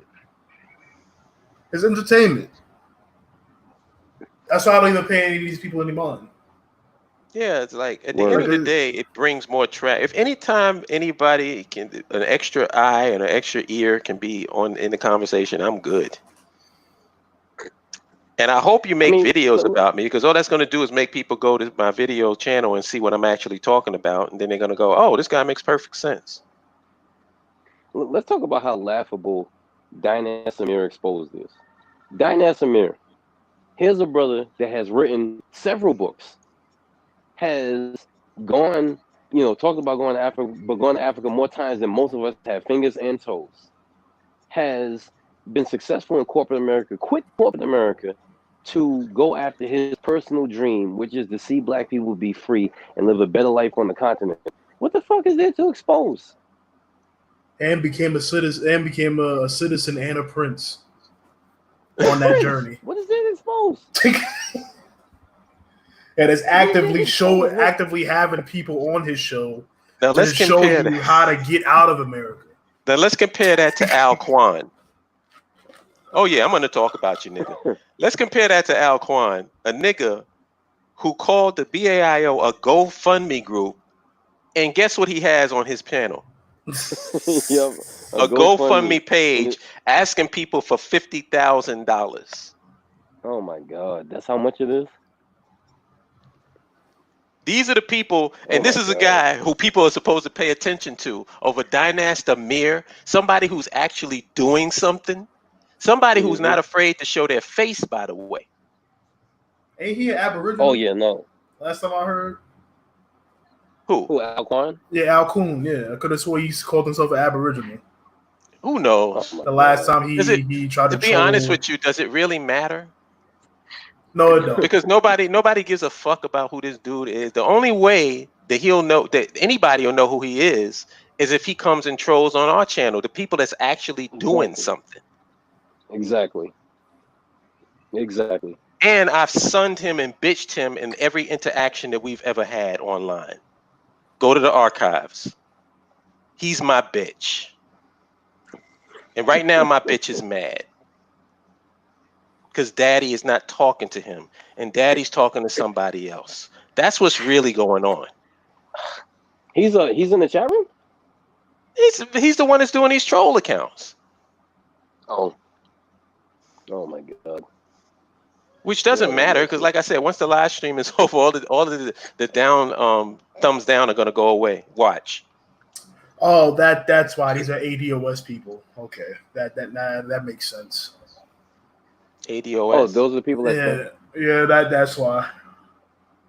I'm gonna love you, white man. Yeah, these Our are love warriors. He said, "Our love warriors." Yeah, these are the irrelevant black people that's going to continue to be here, as Amos Wilson stated. So the love warriors that I don't give a damn how much you abuse us. We not gonna let you. We not gonna let you make us hate you. We gonna love you. And you hear that message now in 2020. If that doesn't fucking infuriate you, I don't want you around me. Yo, so how do you know that these niggas in the chat is from ADOS? No, the video that exposing Dinah Samir is from an ADOS person. That's why. Oh, I got you. I even saw a video. I even saw a video like after I watched it, I had to delete it out of my history so I don't get any more videos from them. Some other video talking about the Nigerian chick that was cooning at the protest, and apparently this ADOS person had a problem with her identifying as an African American. It's like, are they trying to replace us? Are they being? This is what killed me though. Are they being more patriotic to our country than we are? I'm like, wow. Like I said, I told y'all in Dynast. I told you in that Dynast video. The issue with the ADOS Oh, is so it's the they same want to person, be Thomas. Okay. they How want to ironic. be the white man's bitch, his top bitch. And their problem is you putting all these other minorities and special interest groups over them. That's what the issue is. Because they've been in America since 1619. How you gonna put them over me? I'm your bitch. That's what That's their just issue so is. crazy. That's what their issue is. So they mad at immigrants. They mad at all these other people from all these other countries and because they feel the white man is that's their daddy. Daddy shouldn't be paying more attention to anybody else than them. Does that make you all upset in the Wow. chat room? Does that hurt your feelings? Nope. You're mad? Well, for us, I think because we're completely divested. We're completely divested from whatever happens in the country. So, like, all this shit that's happening is just entertainment. Damn, it must be rough being a bitch. Not only are you the white man's bitch, but now you Hollop's bitch. Damn, you just can't escape it. Oh my God. Oh man. But anyway, is there any final thoughts, Minister, on this topic? Nah, bro. I mean, I think we covered it all. Tomorrow night, hopefully, I feel well. I'm gonna do Daddy's Girls Part 2. There you go. Maybe Or I'll lend somebody. you, if you want, I can lend you some of my bitches for your chat room. No, because a sister had asked. She said, "Pretty please," and she wanted me to do a part 2. And I think I got some material for that because raising daughters in a black reality, it's not easy. It's definitely not easy. And I think I scratched the surface last time I had the video, but I really want to talk about it because a lot of people as they are trying to navigate this whole American experience and still stay around the pro-black circle, find it hard to raise your children to be that also. And some of the Yeah. problem is that number one, you got peer pressure. Number two, you got the desire not to struggle like your mother and father did. And there's a lot of factors that go into trying to raise the next generation to take over where you left off. It's a lot, it's not easy. So I'm going to talk about that because she asked me to do it, and I think it's a good thing. But I really also, because I'm trying to get myself up to do a double header, I really also want to do that show Ubuntu, the scarcity mindset and the BIO, because it's too many people who think like there's just too much of a limited resource, and that's why we can't have nationhood. You niggas, y'all trying to do this together, and y'all taking from me. So I need to establish my own insert here, so that we could have this money or we could have this land or whatever. And we're trying to say, hold up, nigga, don't you think we could get there if we did it together? No, no, no, no. You guys are trying to do this. It's a scarcity mindset. And that's what's holding back us really trying to do this thing collectively, is that people love what we're talking about. I really do. I think people love what we're talking about. All of us, and you, Brother Patrick, all of us. Everybody loves what we're talking about. But they have a scarcity mindset. And in their mind, if they don't get their little piece of the pie that they can run away with, that's going to be a problem for them.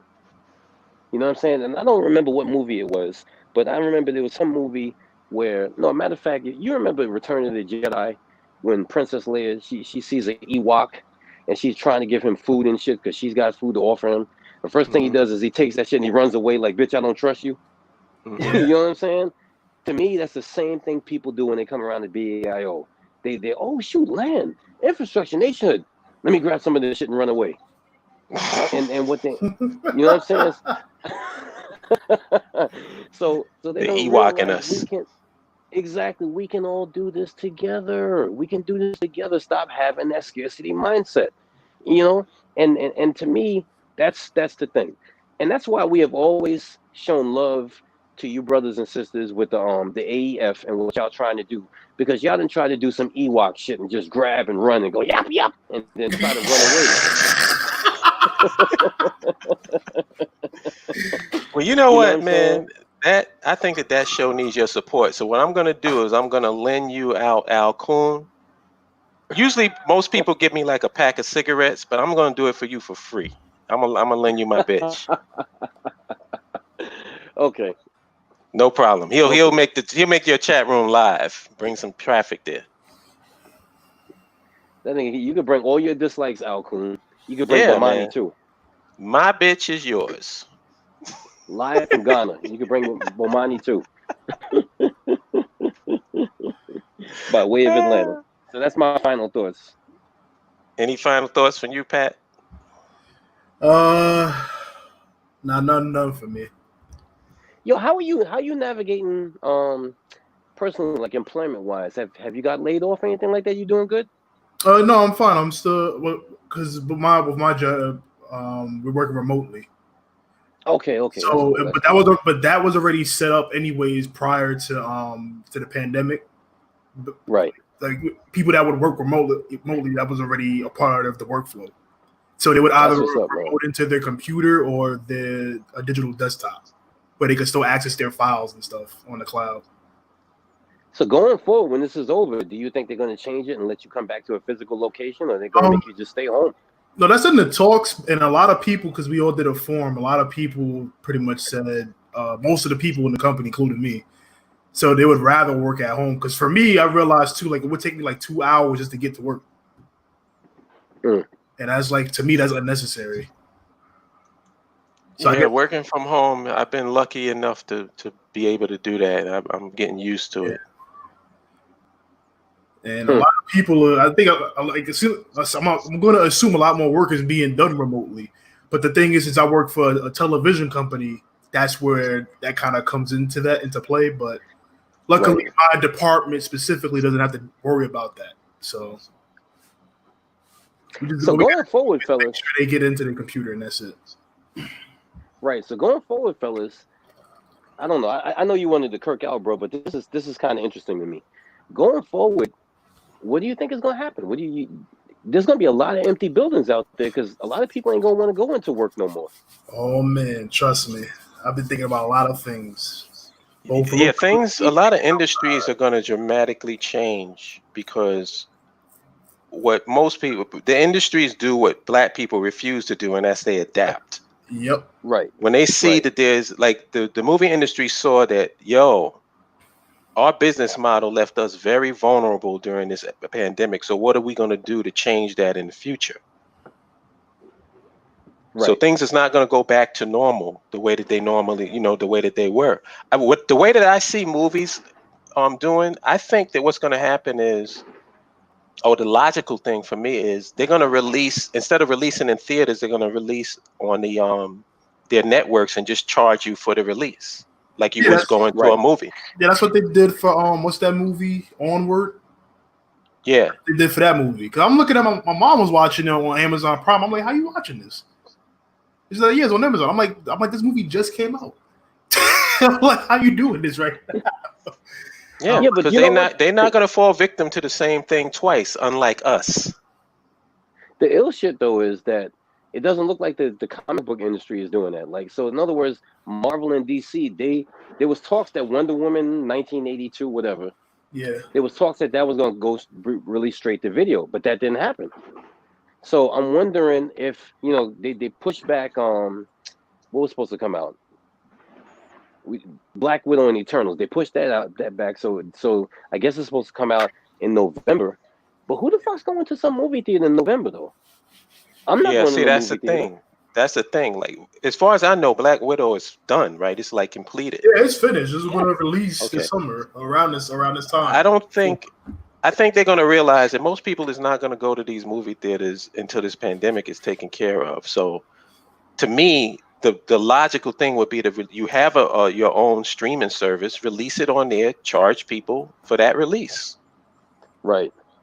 I think they're being stubborn though, son. I really do.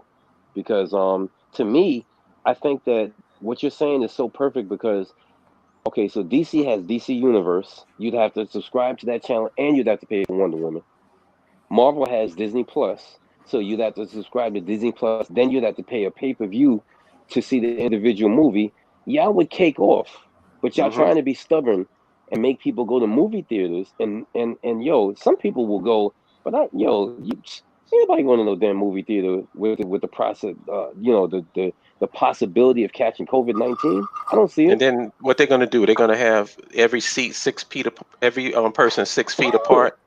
Yeah, Exactly. but the problem is, which I know why they're not doing it at the same time, is because of pirating.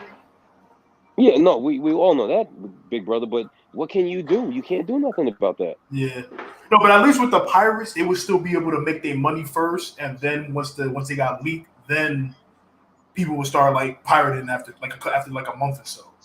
With that business model, like releasing the day of online, all it takes is one person to pay for it, record it, and then upload it, and then everybody else don't got to do that. They can just go to the pirating websites and download it from there. Yeah, that's true. Day No, of. I agree with you, but they got to find a way. They could find a way to encrypt it to the point where, because you know from being in the internet world that there's certain protocols that even if you try to, like, okay, if you got a like if you use a camcorder, there's no way to stop that. Yeah. But if you try to do something internally, there's a way to encrypt it so that even if you try to use the file, it wouldn't show up on your machine. Because I can tell you this much: in my industry, which is closed circuit television, there's certain video protocols from certain DVRs that don't like Windows 10. And if you try to play it on Windows 10, you need a certain patch. And I saw that and I said, I said, I bet you this could apply to the movie industry where you'd have to have a certain player in order to play that, and it wouldn't work. Of course, you could do your camcorder and, you know, I don't know. I don't watch those kind of videos because to me, Yeah, I feel like I'm cheating myself. yeah, the cam videos, yeah, those are waste of time. And also, like, how much would they charge for the release? Because I would imagine that the ticket price, a lot of that is included in is theater charges as well, Right, because they got to make some money, right? Yeah, right. So if you cutting out the theater and you cutting out all of that concession and all that other shit, like how much would they charge for a release on their streaming service? Probably $5 to $10, man. Yeah, people will pay for that. yeah. Hell $5. yeah. And if I'm gonna pay $5 or $10, why would I even wait for a pirated copy when I can just get the goddamn thing from the you know what I'm Exactly. saying? If it's that small, so it's Exactly. like I don't know. It's ups and downs, pros and cons to it. But I know one thing, they're going to change their model because this model that they have now left them very vulnerable. Yeah, because they relied on China to make the majority of their money. Yep. So, and China ain't trying to see no movies right now. I mean, Yeah. there's two reasons why I wouldn't go to a movie theater. First of all, of course, because I don't want to catch no deadly virus.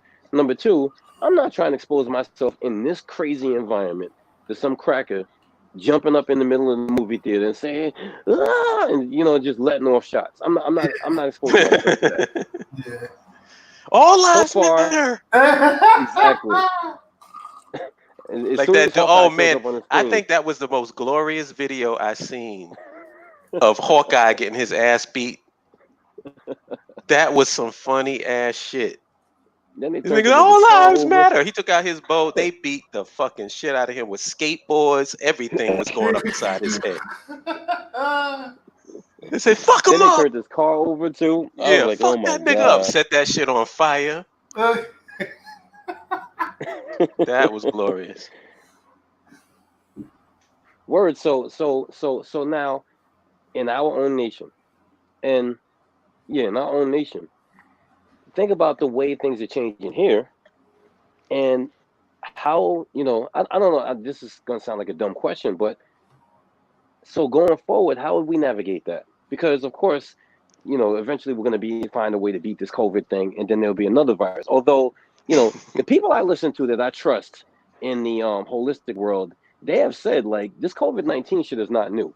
Like this virus is a strain of a flu virus that has been around for thousands of years, and basically they're saying it has the largest genetic library of any virus. So in other words, because viruses basically study people, learn them, and find out how to attack the immune system, and that it needs a kind of memory to say, okay, this is a black person, this is how I go about it, this is a white person, I go about it. They're saying this COVID-19, the reason why it's so deadly and contagious is because it has a huge genetic library that spans thousands of years.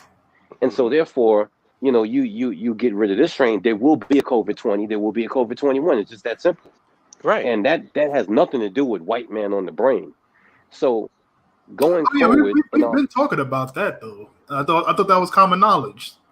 No, don't make that no, it's mistake. not, bro. Yeah, I thought I could have sworn that was common knowledge that this is just like another strain that's No, bro. undocumented. That's But common knowledge to a practical, intelligent person like such as yourself, but not to most people. Most people still think that this shit was caused by 5G. man, yo, I haven't heard about 5G in like 2 months, yo. Dang. I think the dude did the grand opening, grand closing when he went to the 5G tower. Yep. I think that killed everything. Everybody was like, "Oh shit." Yep. They said, I guess we better stop saying that stupid shit. on But, their you know, on their Samsung 20 that runs off the 5G tower. Like I said, if we invested just a quarter of the energy, mental energy we have toward these conspiracy theories to actual shit that makes sense, that's tangible and concrete, we would be way ahead of the curve. word Yeah. up. Everybody's got they thinking caps on when it comes to stupid shit, but the logical shit that's right in front of your face, you can't do nothing with. But it's Right. because they don't want to admit it. I mean, we know, but they don't want to admit it to themselves that they secretly love America and white people. Mm-hmm. I think the secret is out at this point. Yeah, but Ask Anderson Cooper. Anderson Cooper, no. He's like, Yeah. whoa, damn, these niggas ain't ever gonna fuck me up. Thank God. Whew, Yo, that was close. the way he started crying, son, that shit was classic. Man, that was classic. Yeah. I was just like, yo, how many acting classes did you have to take to perform that one right there? Well, remember, he used to have his own show. Oh, that is true. You're right. So yeah, Oh my God. And So that's I'm what saying, these guys like, fundamentally are. They're actors.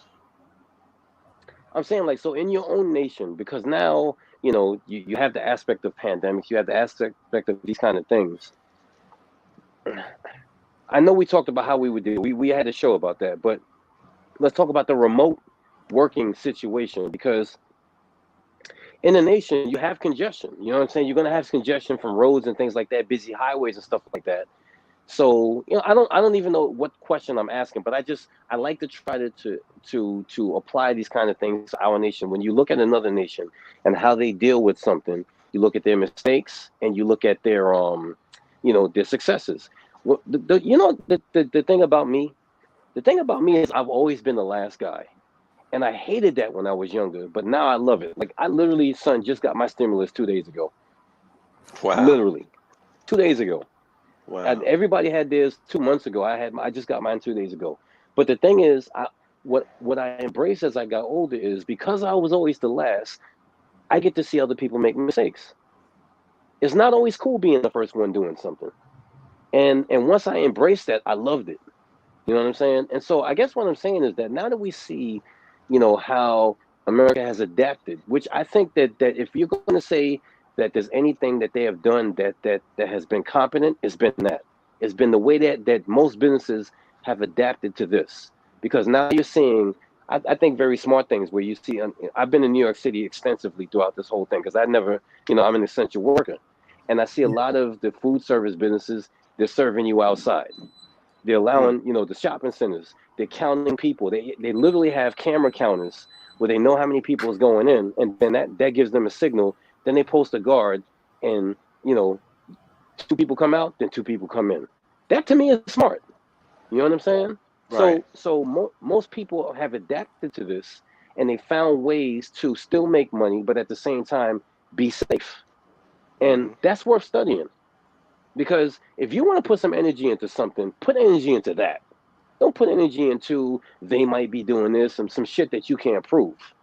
What I appreciate is watching the safety measures go through. But on the flip side, like I've said, I see a lot of fucking I've seen a lot of toll booths go away, and that means a lot of jobs, because they use that to sneak them shits in and they rip them out, and now you got, like, you're gonna have to have Easy Pass going forward wherever you go, because it ain't gonna be no toll booths no more. Yeah, but I'm glad that you mentioned that, because I've been saying this since the pandemic. This pandemic has sped up a lot of things that was going to happen anyways. Right. Like that, for example. Right. that was already in the works of even happening anyways. But then with the pandemic, it said, "Fuck it, let's go bottom with it now." Yep. So yep. I agree. The guy from the Zeitgeist movement was talking about this like 10 years ago. Like, automation is not going anywhere. As a matter of fact, we need to start preparing for the fact that this is going to be an automated society. So then what society has to do is decide how are you can't use the old model of business anymore and of an economy. You have to redefine what that means based on the technology. It's not actually a bad thing. But the problem is you have people, it's like I said, if Blockbuster Video and Tower Records had nuclear weapons, you know what I'm saying? Then we would still be having analog. Right. And that's what the problem is. It's like you got people entrenched in this shit that don't want to give up power. They don't want to lose. Yep. And that's the reason why things are taking longer, because it's not a bad thing. Technology, because it should be an easy pass. Why do we need human beings for that shit? Just drive, scan my card, boom, hit me on my account. Why do I need a person there? That's why, for me, I like using my car for purchases. Right. I hate going to the bank to take out cash. Right. Exactly. It's not like this stuff is evil within itself. Like, because that's the thing in the conscious community. They want to make it seem as if technology is just like 666 or evil. Right. Technology and advancement is what human beings do. Yep. The problem is you have, like Amos Wilson said, like this whole depopulation thing. Amos Wilson said it perfectly in one of his lectures. He said, the problem is not that there's too many people on the planet. The problem is you have a small amount of people consuming the vast amount of the planet's resources. If you killed and got rid of them, everybody else could eat. Yeah. Right. That's what the problem is. The problem is not overpopulation. There's plenty of resources on this planet to make sure everybody eats and everybody's taken care of. It's just like what I said about... I'm sorry. No, go ahead. What you're saying is way more important than what I was going to say. What I was going to say is, like, that's what the thing what I thought was funny about the Thanos character. Thanos' issue was people was consuming too much resources, but look at where he lived. Yeah. You got one person taking up all this fucking space, and his issue is, this is too much population control. What the fuck? It's just like the white man. It's just like these people who are rich and consume so much have, like, I want to know how you can justify having a society where one man can be almost worth $1 trillion and yet people can't eat. Yo, and okay, so what I was going to say is going to be perfect piggyback or veggie back to what you're saying. I knew it was real. Veggie back. I'm trying to stay true, my brother. I knew it was real when I was watching this documentary about Mariah Carey, and they said that this chicken head gets $145,000 worth of flour shipped to her every month. What the fuck kind of bullshit is that? There you go. Can you imagine that? And yet there are people that can't eat. Exactly. 145,000. Can you imagine? Like, son, how many years does it take for you to make $145,000 tax free? And she gets it once a month. Once a month. And I'm saying to myself, like, wow, like, you know, so we applaud a person like Rihanna, who clearly does a lot of good activist work that I would never speak against. But these are people who got enough money to get that much flowers shipped to them. And so it's crazy because we're all from Brooklyn. So I have like incredible love for Stephon Marbury.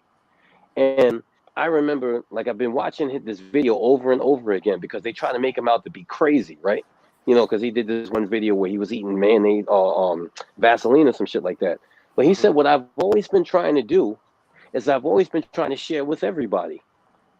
And every time he said that, Ebro tried to clown him until the end. He finally gave up and he was like, yeah, because that's what you've always been trying to do. And it's not like he making that up, because he came out with a shoe that was $30. Mm-hmm. You know what I'm saying? Where everybody else's shoe was $200. I remember because I was a kid. A lot of kids had them. Mm-hmm. Yeah. Yo, listen, Brother Patrick, man. I grew up in Coney Island, where Stephon Marbury is from. And I'm not going to say I watched him grow up because I'm not a clout chaser. But Yeah. everybody on Coney Island knew that name. We called him X. We all knew his name. And when he made it, we all were very happy. But when I saw him in the NBA, I was like, God damn, this nigga is nice. And so, like, a lot of us loved him. And it's funny when you watch, like, the what is given to you, and then you hear the behind the scenes stuff. You know what I'm saying? So we kept thinking that it's just that this nigga just didn't want to get along, and he didn't do the right things, and he made stupid decisions. But then when you find out, is the reason why he got blackballed from the NBA or whiteball was because he didn't want to go along with their politics. Yeah. And it's not that he was speaking against them and acting like I was mentioning earlier about the guy that always has white man on the brain. He simply wanted something for everybody, and they wasn't jacking that shit. They wasn't. Yeah. They wasn't jacking it. So he literally had to go to another country where he still, obviously, he still had enough in his tank that he won championships over there. So what Yeah. does that tell you? If you still got enough in your tank that you win in championships in a foreign league, then that means that you didn't really. There's no reason why you couldn't play in the league that you was here. So it had to be some bullshit that went down. And when he says my goal was always to give to everybody, that shit is kind of fucked up to me. It's Yeah. really kind of fucked up to me. Yeah. And it's But only a few like him that think like that. the problem is we can try to fit the square peg in a round hole here in America all day long. That shit ain't gonna fit. Mm-hmm. And that's what it is. It's like trying to be a good cop. Mm-hmm. There's no such thing. The barrel, they talk about the spoil the barrel. The barrel's rotten. All the apples in the barrel is rotten. So if you put a good apple into that barrel, it's either going to become rotten or they're going to get rid of it. Right. I just think that, man, like you have to have a certain constitution to want everybody to eat. You know what I'm saying? And I'm not trying to make myself into some superhero or some grand person, but my mom will tell you. Like I remember when I was younger and I used to fucking go to Key Food and buy 2 packs of Jello pudding pops and hand them out to everybody in my hood. That's how I've always been. That's who I've always been. Do you know that And statistically that is the norm? Like they've done studies on this. People who are poor share more than people who are rich. this is true. Statistically. This is true. No, I can tell you from personal experience. You know what's ill? When I used to go out there and sell papers and sell fish in the Nation of Islam paradigm, it would be the poorest, brokest projects that would give you the most donations. Yep. When you went to the well-to-do people, they would pay you $5 for a $5 bag of fish till you get the fuck out of here. Yep. But the poorest people would give you like a $5 tip or a $10 tip. And in the beginning, we would say, man, it was drunk. But after a while, you begin to realize it wasn't about that. It's the truth. Yeah. They always like there's been plenty of studies done that once you get over a certain amount of money, um, it's just piling on is just unnecessary. It doesn't really change anything fundamentally. Like when you reach a certain Right. level of comfort, all right, like for example, Jeff Bezos, I don't know how much he's worth now. I mean, I've been hearing like 150 for so long, but he might be more ever since the pandemic. He might be over 200. Who knows? I heard a trillion. No, he's not a trillion, but they say that he's on set to get there in a few years. Yeah, so This his current dude, net worth is 152.9 billion. yeah, so he's gonna get there. This dude is worth that about he was at 150, now he's at 400. Damn. All right, I'll get back to that later. But my point is this man has $400 billion and he won't pay his workers a living wage. Think about that. And you know something? To kind of say something to go with that. I was thinking about this the other day. Like, there are, if you work for, let's just put it this way, if you work for a company that was able to support the workers during this pandemic, then you're working for a stable company. If you're working for a company that had to lay people off, then you know that their owners saw the shit as an ATM, and basically they took the profit, threw it in their pocket, and said, "Screw you." Basically. And I've worked for both. Now, fortunately, I work for a company that basically was able to sustain everybody, and it's fascinating to watch because I've worked, all my younger career in security, whether I was a locksmith or in electronic security, I've worked for people who saw the business as an ATM, and I got to tell you, during times like this, I know motherfuckers get fired because they don't give a shit. All they ever do is like every last bit of money that they get, they throw in their pockets, and then what's left over they pay the workers. And if they find that at some point they're having a down year and it's affecting how much money they put in their pockets, they just fire people. And this is where that whole Jack Welch thing, remember him from GE? This is where that whole Jack Welch mentality of firing all the lowest performers comes from. You got to have a certain mindset to erect a system like that. Hmm. Like, You know think what I'm of the saying? ego and the sociopathy it takes to have that amount of money and not help nobody. Because Right. I would, like, once my personal needs are taken care of, my rest of my life would be dedicated toward helping people if I had that amount of money. Mm-hmm. That's why, like, one of the dudes that made a video, I had posted the audio of it, and he said, "I'm superior to a billionaire." Oh yeah, He yeah. I said, remember that. That was a great I'm video. morally superior to you. You're pieces of shit." Mm-hmm. And Mm-hmm. I believe him. Totally true. You give the average person the amount of wealth that these assholes have, and at some point, I mean, you can go out literally and buy all the little trinkets and the shiny shit that you want to, and you won't even scratch the surface of that wealth. Right. Right. So let's say you go out there and you get your flat screens and your gold and your jewelry and your clothes, and you get all of that shit that you think that you're impressed by, and now you're still sitting up there with $400 billion left. Hmm. What else is there to do except help people? Right. Yep. Like, Yep. Mike Bloomberg ran for president like he was buying a comic book or something. What is it, a billion? Yeah, let me run for president. Yep. $1 billion he got on a vanity project. he got swiftly dismissed too. And it didn't even Swiftly. matter. He only spent $1 billion. What is he worth? 60? Yep. I mean, these Yo. people are complete. Oh my God. It's like, I can't. And then you have people defending rich people. Like, their issue is, well, how are you going to take away his money? Fuck him. Oh my God. Like Fuck Lester. him. Take away all that nigga's money and let everybody eat. I wouldn't give a damn. And he would still have enough for himself and his grandchildren. Hmm. No one person in society should be worth that amount of money, because that amount of wealth disparity is immoral.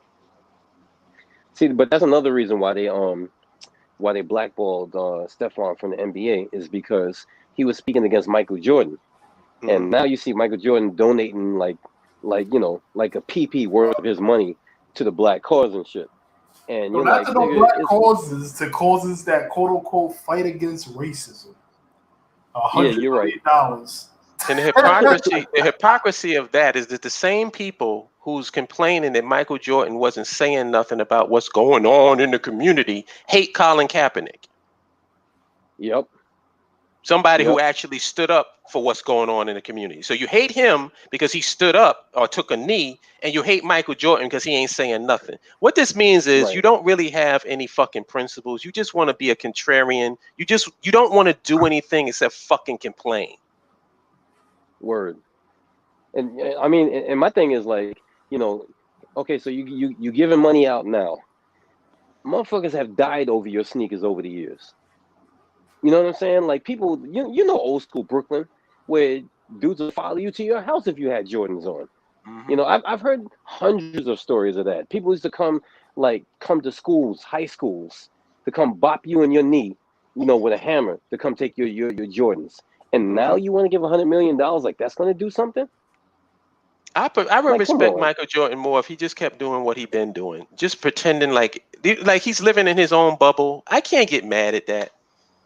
At least it's consistent. Live in your own bubble. Don't try to come out and do and make it seem as if you care. You didn't fucking care before. You don't care now. I Didn't can he make respect a that. Didn't he make a comment saying like that it is what it is kind of situation? Yeah. No, he basically said Republicans buy shoes too. Is his famous quote. So that basically means I'm staying out of this whole race thing. Is what he There you said. go. That's the only people who stay out of it. The people who always are universal is the people where everybody's buying their shit. That's what makes them universal. It's not a principle. Because the moment they ass get in trouble, then they become black. Indeed. So so so See the Bill brother Cosby. so the brother Thomas Sankara asked what about LeBron James? I'm actually looking at the chat room now, and I was getting ready to talk about that because for me, LeBron is kind of I respect what he does. I respect what he does. To me, once he actually built that school, that to me was it. You know what I'm saying? Because as far as I'm concerned, like that's putting your money where your mouth is. And I think that he's been doing that. Yeah, I don't give a fuck that LeBron speaks against the president or speaks against, I don't care about that to me because it just is what it is. You know what I'm saying? But the fact that he has actually put his money towards building things and doing things behind what he's saying, I respect that. I personally feel like the reason why Michael Jordan is giving the money up, this is my personal feeling, is because he's worried about his legacy. And that's one part of his legacy that he knows he has a big time hole in, which is I never spoke for black people. I never tried to do anything. So let me start giving out money now.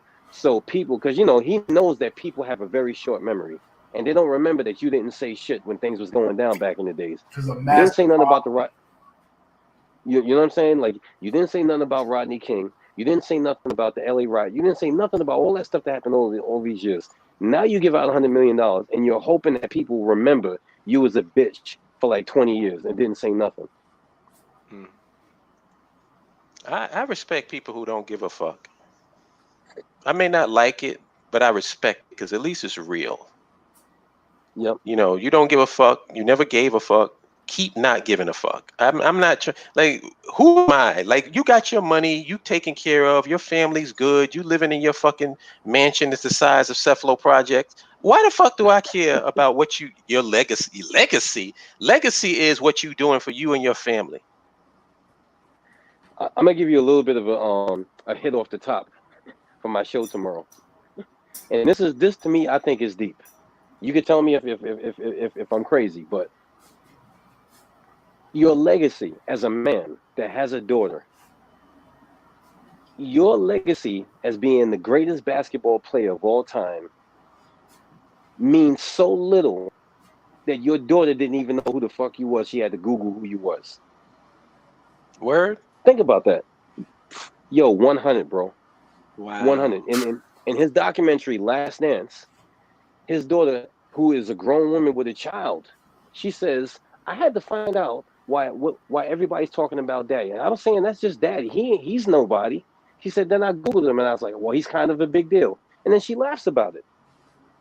That to me, that Wow. goes over a lot of people's heads, man. Yeah, that's That goes crazy. over a lot. You know what I'm saying? Now, if you was active in your community, your daughter would absolutely have known who you was. You know why? Because every time you met somebody, they would say, "You're Michael Jordan's daughter? Holy mackerel! Do you know that he helped this person with this, that?" That's you would go nowhere without people saying that to you. Yeah. But because you're known for being a global basketball star, which wears off as soon as you retire, basically, you understand I mean? Listen, I can't go into the whole thing, but you understand how deep that is? Yeah. That even if you're the greatest basketball player on the planet, the minute you retire, all your work dies. Nobody's going to remember you because nobody, like from the younger generation, I be having arguments with my son sometimes, even though he's a basketball aficionado. And I'd be like, yo, you didn't get to see Dominique Wilkins. He was nice, or this one or that one. Because once they retire, they ain't nobody no more. But Malcolm X wasn't a good basketball player. People still remember him. Marcus Garvey, people still remember. What I'm saying is when you do for other people and you work for your people, your name is immortalized. But when you just bounced the fucking ball and you became the greatest person to do that, even your own daughter doesn't know what you was. That shit is Right. powerful. Yeah. I have a hard time believing that. So she's just sitting in these mansions, like, oh, what do you do? Oh, She it's never very asked, believable. and It's she never very asked believable. what he did. No, Like, not it's son. I'm telling you, because I've been around those type of people. It's very believable.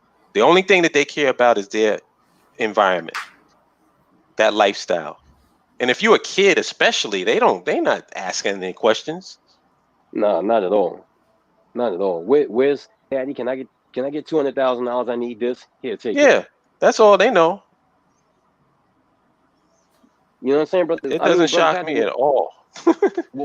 Basically, what we're saying is that they know he was a good basketball player. They didn't know he was the greatest of all time because they didn't care. Right. You know what I'm saying? They didn't. As long as they got whatever they wanted, they didn't care. It takes it takes a greater influence for that to reach you like that when you're the child. This is one of the reasons why children of celebrities, children of leaders, all that other stuff, we have a very hard time keeping them on the straight path because they're not directly influenced by what you're doing. It sounds crazy, but I'm gonna explain it a little bit more tomorrow. Hmm. But your Yeah, it's like daughter, they live in a bubble, and that's why, like, a lot of times, what you think, like, by protecting them from the world, you end up making them vulnerable to a lot of this crazy shit. Like, if you notice, a lot of these celebrity kids are out of their fucking mind, yep, doing all kinds of yep, crazy shit because they've been protected mm-hmm, from the world. And when they get out, it's like that Jehovah's Witness shit. Like, these Jehovah's Witnesses used to keep their kids sheltered from the world, and that's why they were the easiest ones. Like, those girls were the easiest ones to get. oh hell yeah, Lord have mercy. But just Anyway, knowing that you wasn't a part of that and you was out there, I mean, that made it was like candy. mm-hmm, That's what you do to your kids when you protect them too much and you don't let them know what's going on out here. You make them yep, victims to all the shit that you was trying to keep them away from. mm-hmm. And then you gotta apologize. Like there Right. was this sister on my timeline, and she was saying, what did she say? I thought this was deep too. Damn, I'm giving up my whole show. But she said basically that she had to apologize to her son because she said that and I want to say it correctly because I don't want to misrepresent her. She said that she did everything she could to drive emotion and responsive emotion out of him because she wanted him to be quote unquote tough for the hood. She Hmm. said, so now that he's a grown man, he cannot bond with women and he cannot really bond with other people because she drove that out of him. Every time he tried to cry or anything like that, she called him a bitch and she did everything she could to drive emotion out of him. Hmm. And I thought that was deep because, and she, And she ain't she said she alone. had to apologize. Yeah, without a doubt, right? She You ain't know, alone. Yeah. so basically, here's a grown man now, and remember, we could get into this a little bit deeper, but emotional development is not something that you can do in 5 fucking years. That's a growth process. It's a 20-year process, really, Right. because the various different experiences and the people that you interact with, they they kind of mature your emotions. You learn, okay, this is wrong, that's right. I don't respond to this way. This is gonna hurt me if I respond to that. You can't fucking go through that process now that you're 22, 23 years old. You can't do it. And you're too busy in life.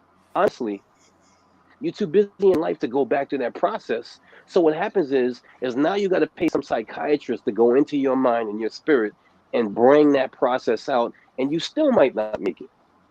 You know Right. what I'm saying? So when you insulate somebody from something because you live in vicariously, that's why we as parents we got to be very careful. Because when you try to insulate somebody from something because you're living vicariously through them, you really fuck them up and you rob them of certain experiences that they really should have had, even though you thought it was going to be tough. You know what I'm saying? You should have allowed them to go through it because they grow up becoming an imbalanced individual. Hmm. Yep. To me, And knowledge is and this is power. word. You want to empower your kids, give them knowledge. Mm-hmm.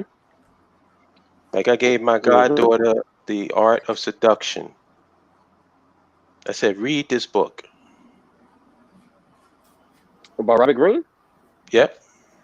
Oh yeah. That's The a Art of classic. Seduction. Read that so that you understand the game. And if you want to engage in it, at least you're engaging in it with knowledge. You're not engaging with it Right. with ignorance, Right. being manipulated. Yep. That's going to be my next It's a giveaway after I give away this book for the strategies of war. word. Mr. A lot of Patrick, you people planning to don't have like. any children? Oh, me? Yeah, of course. So what is your I'm sorry, Holly. What is your preferred sex? Oh, me? Oh. Every man says either I can't wait to have a son or I can't wait to have a daughter. Which Oh, one okay. would you I'm would like, wait, prefer? what kind of question did you ask? With Nah, my name ain't D Wade. Hold on, wait, what? Actually, for me, it don't really matter. I tell you one thing. I hear you. Having a son is a great thing, man. For a man, having a daughter is life changing. Totally life changing. My dad. Yep, I can imagine.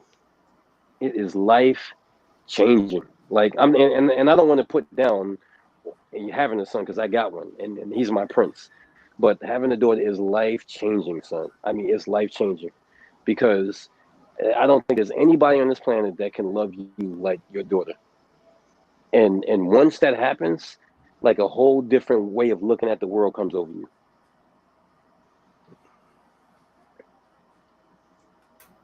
But I'll be here for you when you go through it.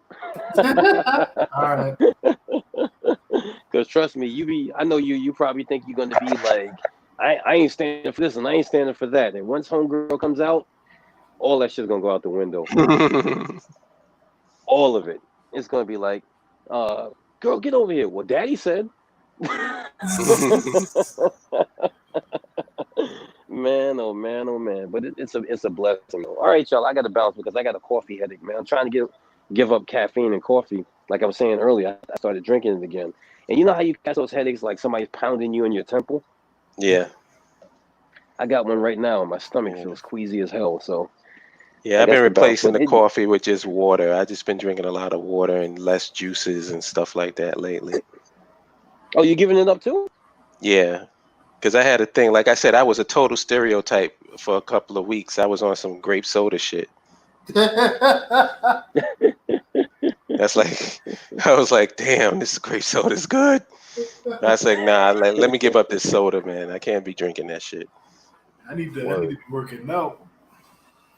Got pudgy, more pudgy. Yeah. Yo, bro, don't feel bad. Everybody did. Actually, I'm trying to get Queen to do like an online workout session on Facebook Live, so we can. She's doing that. She's doing put these people into shape. Word. Yeah, but anyway, it's been a good conversation. I hope everybody got something out of it. Peace to my bitches.